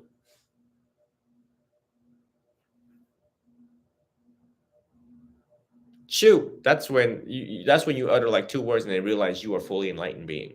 And they're like, oh my God. They all look at each other like, these white people are arahants. Do you not know that? Plant your face to the ground now. It's easy being an arahant. It's very easy. Simple.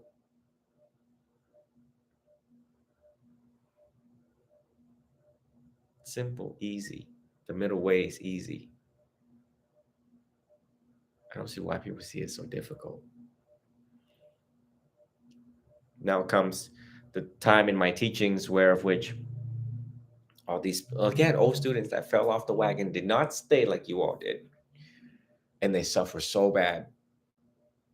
And then coming back to it. And at this point, I have to say, go back to the Sunday services because I don't have time. I don't have time anymore. I'm constantly evolving as a teacher. And so does the student. And this is where I become a Jun Chal and a Jun Moon, which is, and I hold them responsible. And the tone now changes, which is, you failed to heed the advice of the wise. And thus, the time from recommendation to the time to finish, you suffer in between this time. So now you need to seek Heath and Julia for guidance. And that's where you all get to practice the Dhamma, like literally clinical practice. And that's how you will learn from yourself and learn from others through the stories. You're going to need a lot of stories to be convinced of the teachings. You're going to need to hear the stories, the privilege to hear the stories in order to see, this is how people really mess themselves up. And the root cause was ignorance and the hard-headedness and the stubbornness.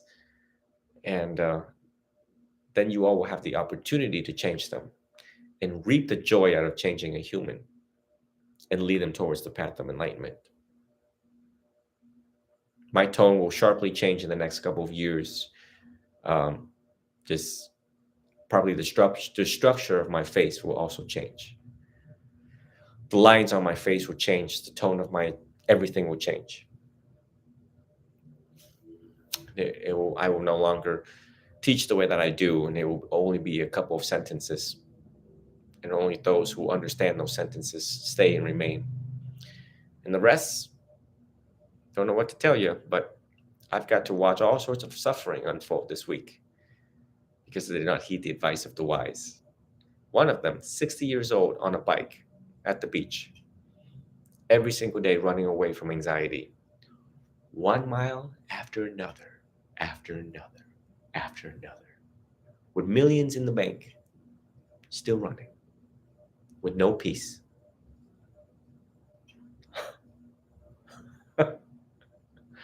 Yet the poorest man of all is no longer running. Enjoys the teachings and the true inner liberation and happiness.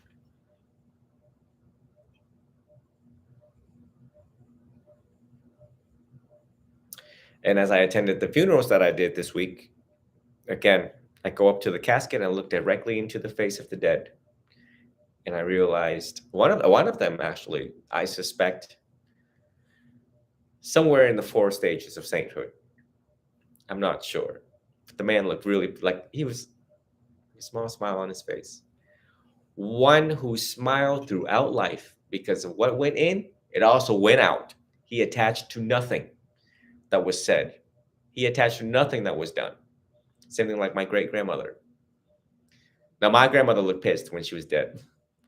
When I came up to that casket, and I still have the pictures, and I realized, oh, you rode out pissed, attached.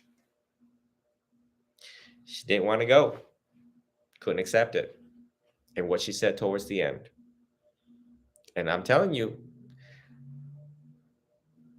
when they look like they're sleeping in the casket, likely chance they let go as much as they could. Maybe the first 2 stages of enlightenment, not necessarily the last 2. But when they in the casket, it looked like this. Rigor mortis, post-mortem. Gives you a lot of insight about, and then you just hear the stories in the room about how they live their life, and you realize the saint that you are, you realize Somebody's in a different realm, and ain't the same realm as we are. And thus we have compassion for them, and we lead now their family into it. You know? SMH. SMH. Send. Shake my head. And the Arahants shake their head. You had one opportunity, you had one life, and you failed. And you go down with that. No one's going to go down with you on that.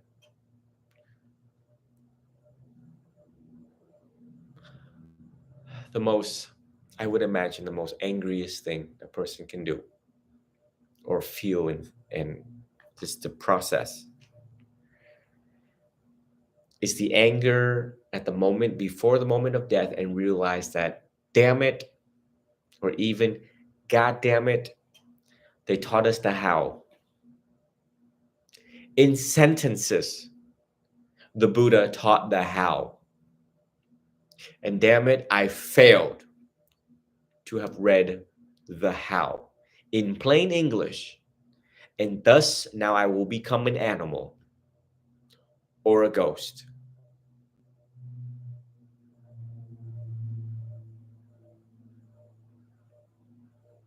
That is a lot of rage at the moment of death. Literally, I mean internal rage, right?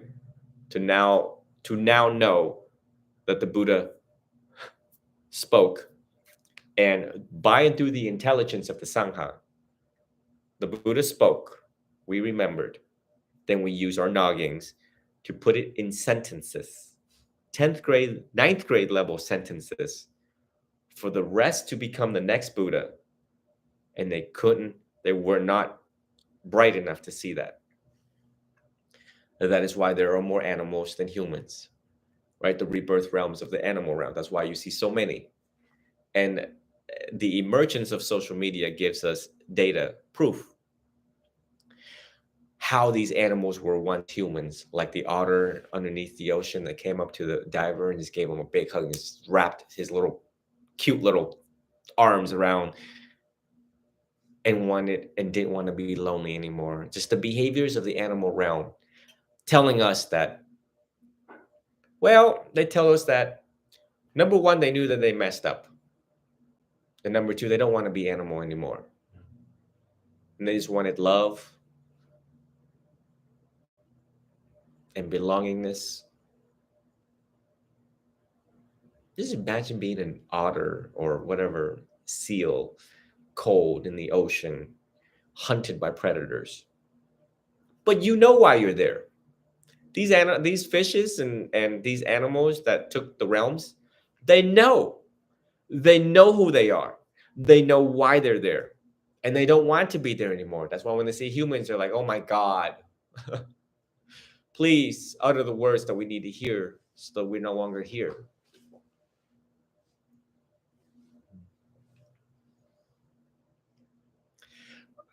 I guess somewhere down the road, you all will come to the same realization as I have in regards to the rebirth realms. Once you have evolved and you get to that stage and you start to see the human realms, and how you can see insights that you'll know which one's going to take rebirths. Comes to a point where you'll see it and you're just like, wow. And once you start to see these things, it reminds you to come back to it. Come back to the stages of enlightenment. It's no wonder why now that I push so hard about now, the Bible, the Arahant shirts are now out. Is for that. And it is meant only for the intelligent students to know what that word means. And to finally get there once and for all. That's it. Venerable Menim, who was once Mahayana and then went to Theravada. And now I have no doubt that man's within the 4 stages. I have no doubt. But when they titled it, now they're starting to interview him like CNN does, like in a room where he just sits there and he speaks. And the first one was when I The determination not to suffer anymore was his first series. The determination not to suffer anymore. The choice not to suffer anymore.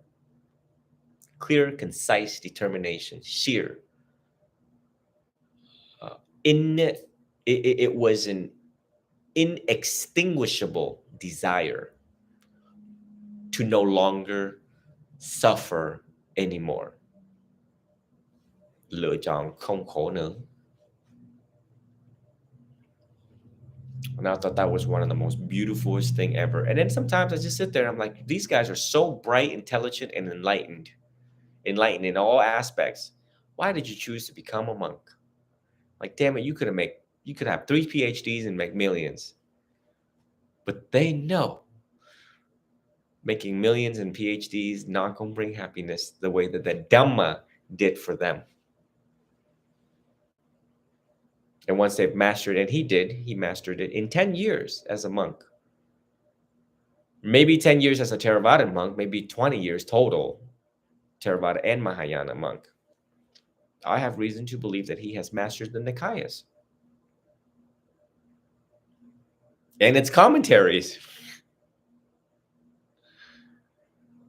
And it is that prevents me from trying to go back as much as I want to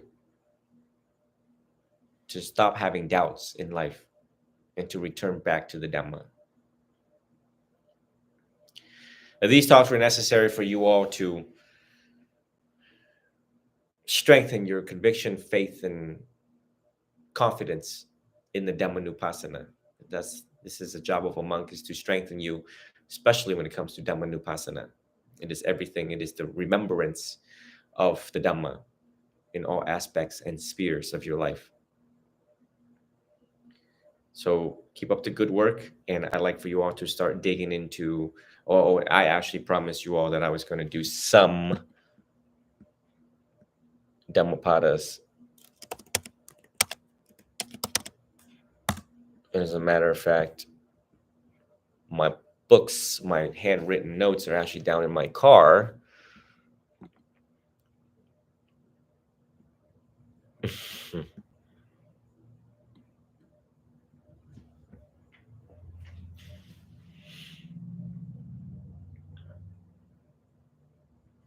And Sahari's like spearheading this t-shirt thing, and I'm like, dang. So we're coming up with designs, and I'm like, I don't really know any designs, quite frankly. It needs to have either my picture, my name, how to contact me, and a quote, either a quote directly from me, my own quote, original quote, or quotes from the Buddha. And most of it will come from the Buddha, because there are quotes that stood out to me, and so it will stand out for the rest of you. But the study of the Dhammapada, here's a few. Here is a chapter on the mind. Chittavaga, the mind. And I just want to read just a few sentences for you all. And some of them I still scratch my head, and some of them I still have to go back to other Dhammapada books just because I'm like, what? Some of them don't use plain English. Some of them are,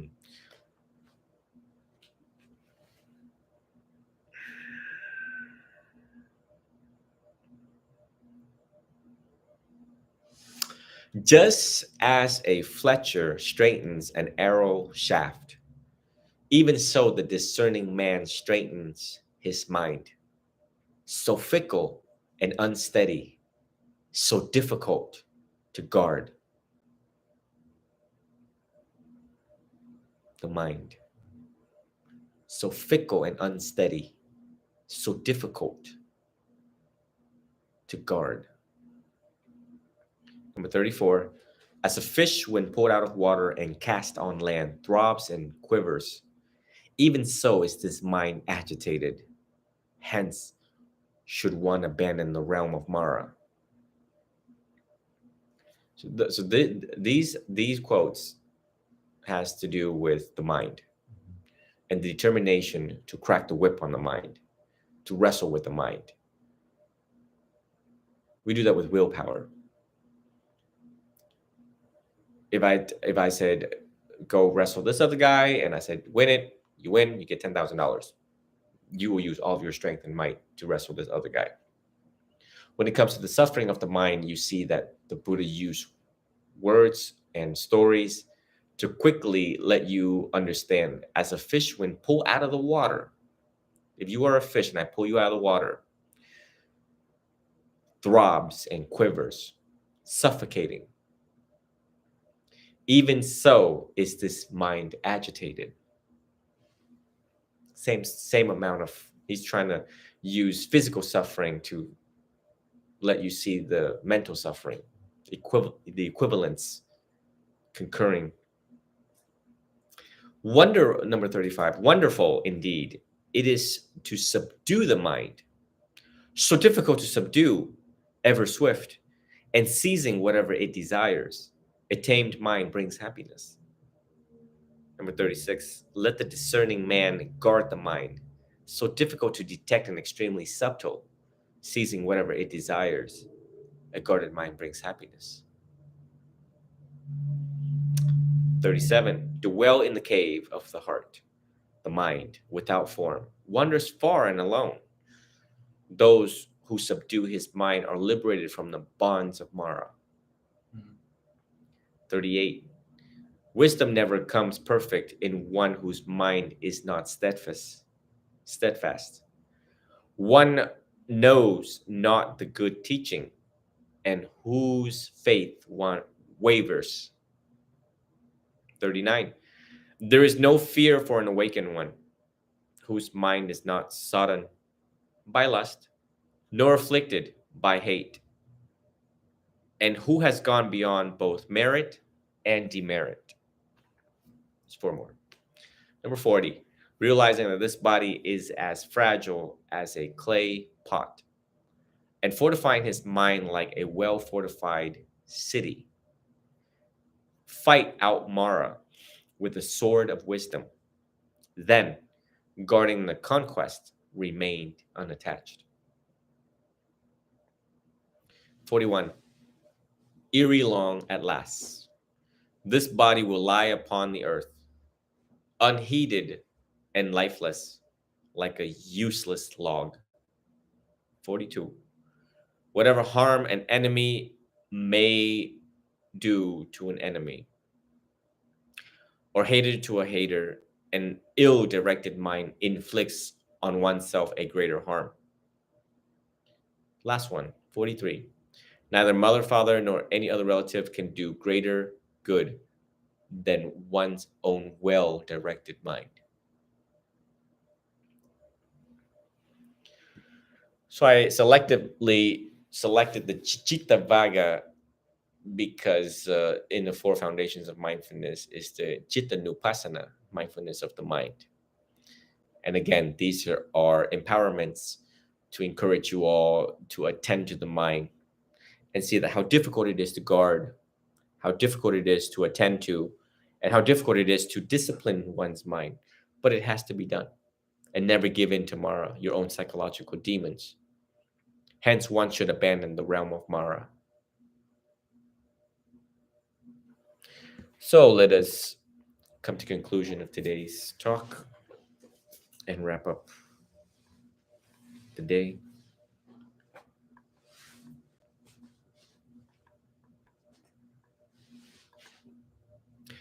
Buddha.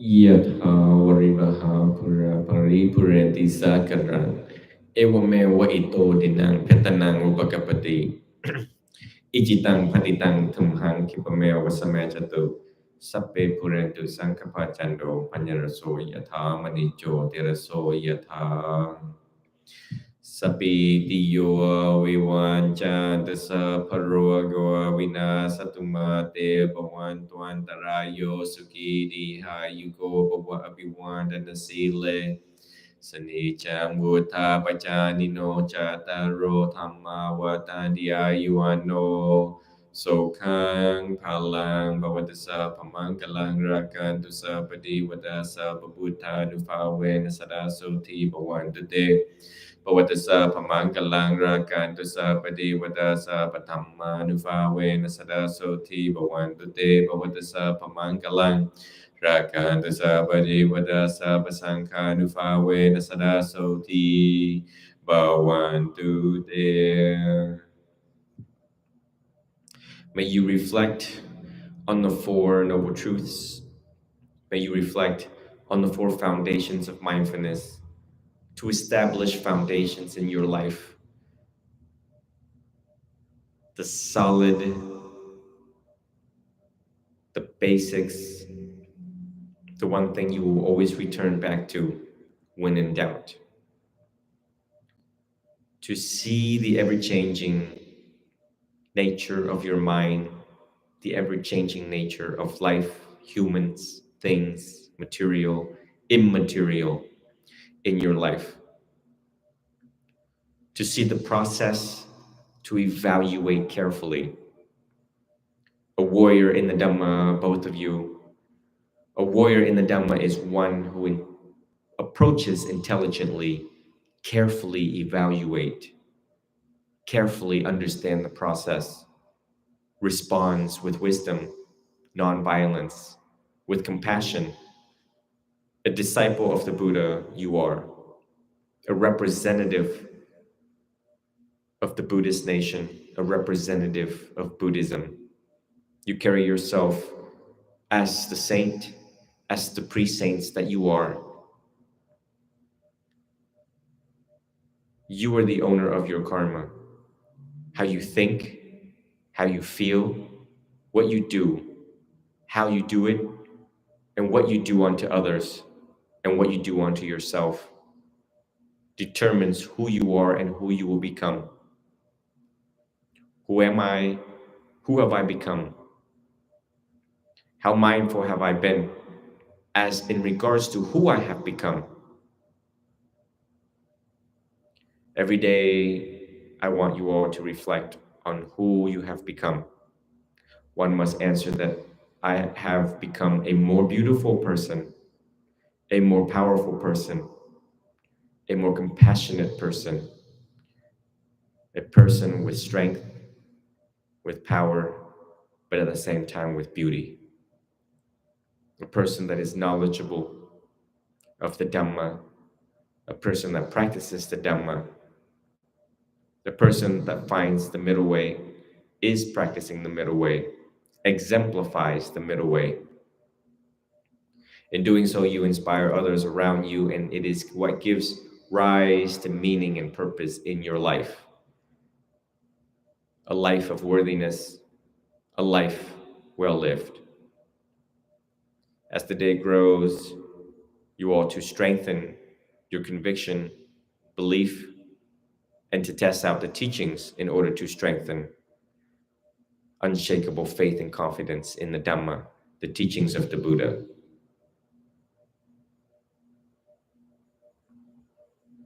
May you conquer and abandon the 5 hindrances and not let Mara win. In doing so, you will shower this world with compassion, love, understanding as much as possible. The ever-facing challenge of the human realm and how we pre-saints and saints will rise above, will exemplify the timeless teachings, and they will look up upon you for hope. They will look up upon you for happiness. They will look up upon you in knowing the how. It is exactly the how that you must master now and with the short time that you have.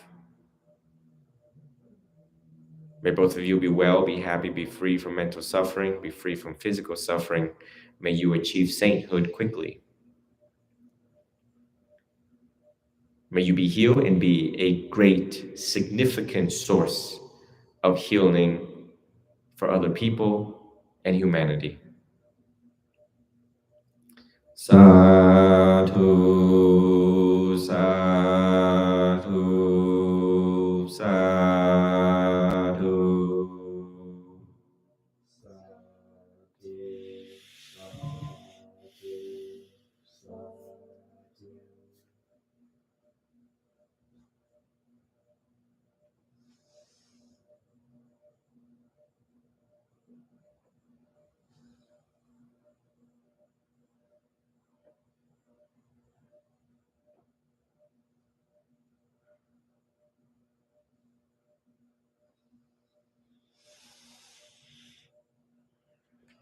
Just so that you all know,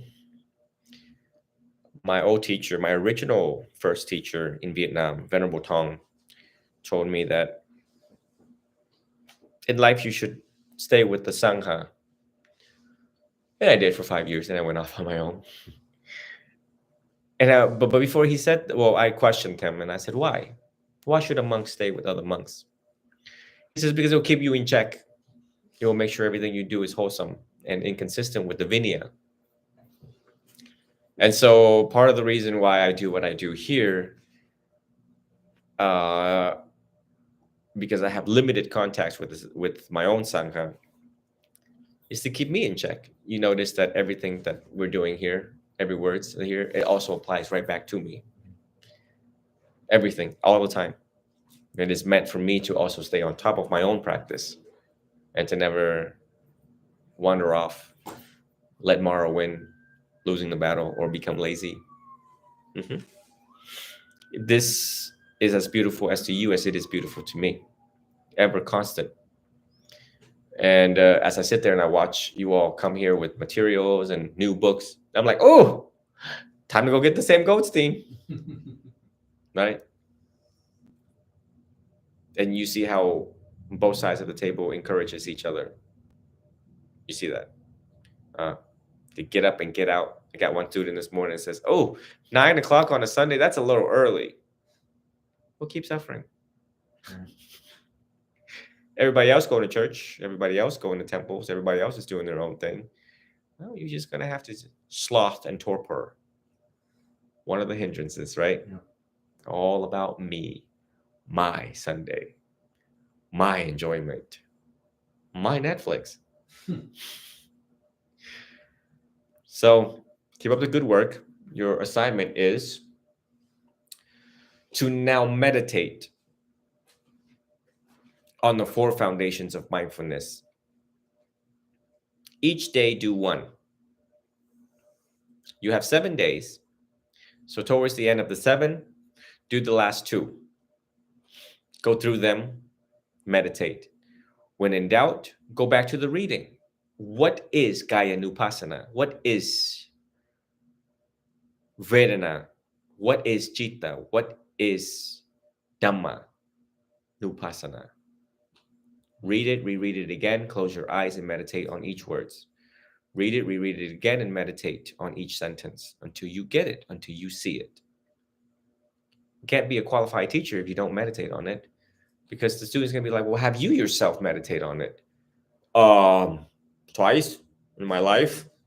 No, that is not a good, true, authentic, and experienced teacher. And you must cultivate yourself to be the next true, authentic, good, experienced teacher. One can't be lazy if you don't do it. So therefore, now I emphasize more practice as you merge the practice and the readings together, but now you're more intense at it. If I ask you to run a mile, now I'm asking you, let's bump it up to 2 miles.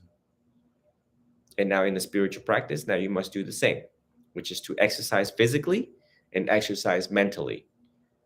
To be luminous, now more luminous than ever before. I asked you to go shine your sword with the microfiber cloth. Well, now I'm asking you, shine it even more, damn it.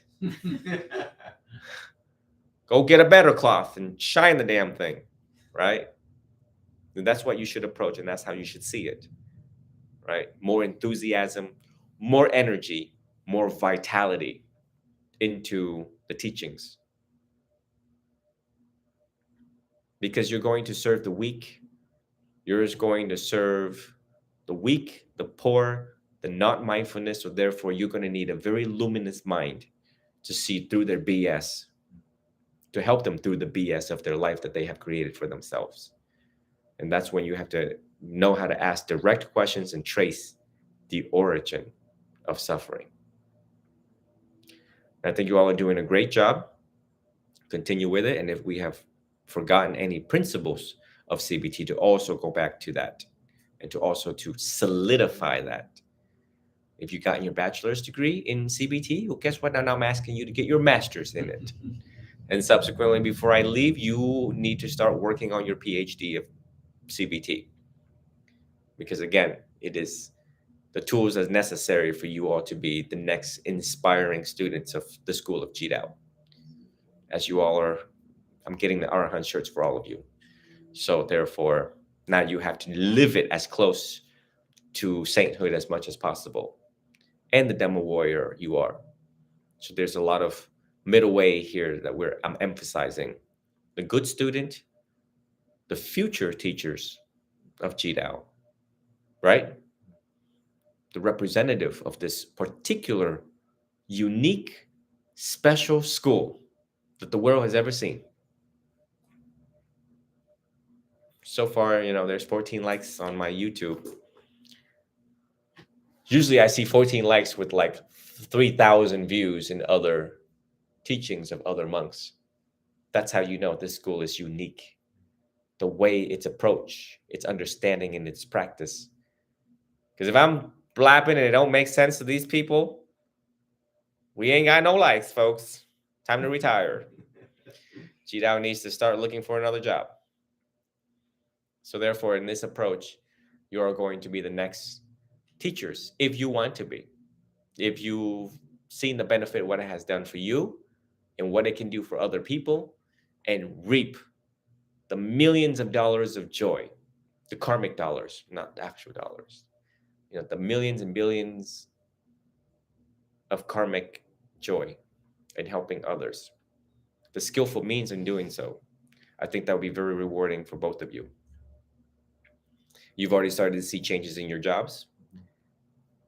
And you can only imagine what both of you can do in inspiring thousands and thousands of people.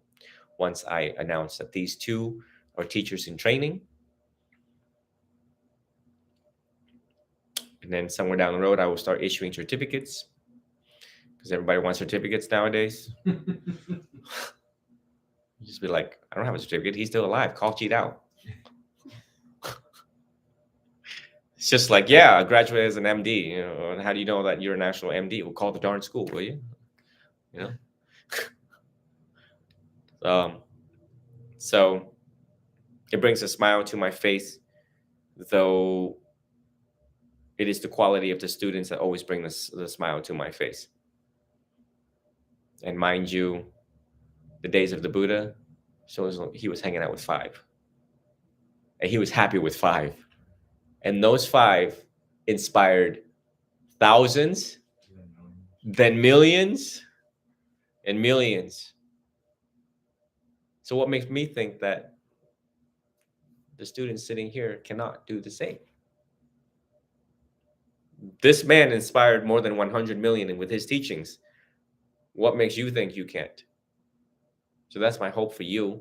And that is my vision for the both of you. And that's what I hope you become, to be. And earn the respect of the people, the worthy ones.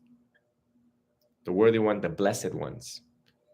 And hopefully the fully enlightened ones. And trust me, once you get someone to bow to you, which they will, I know they will, because you've gone so far into this where many others have not. And when you see that they do it to you, you realize, whoa,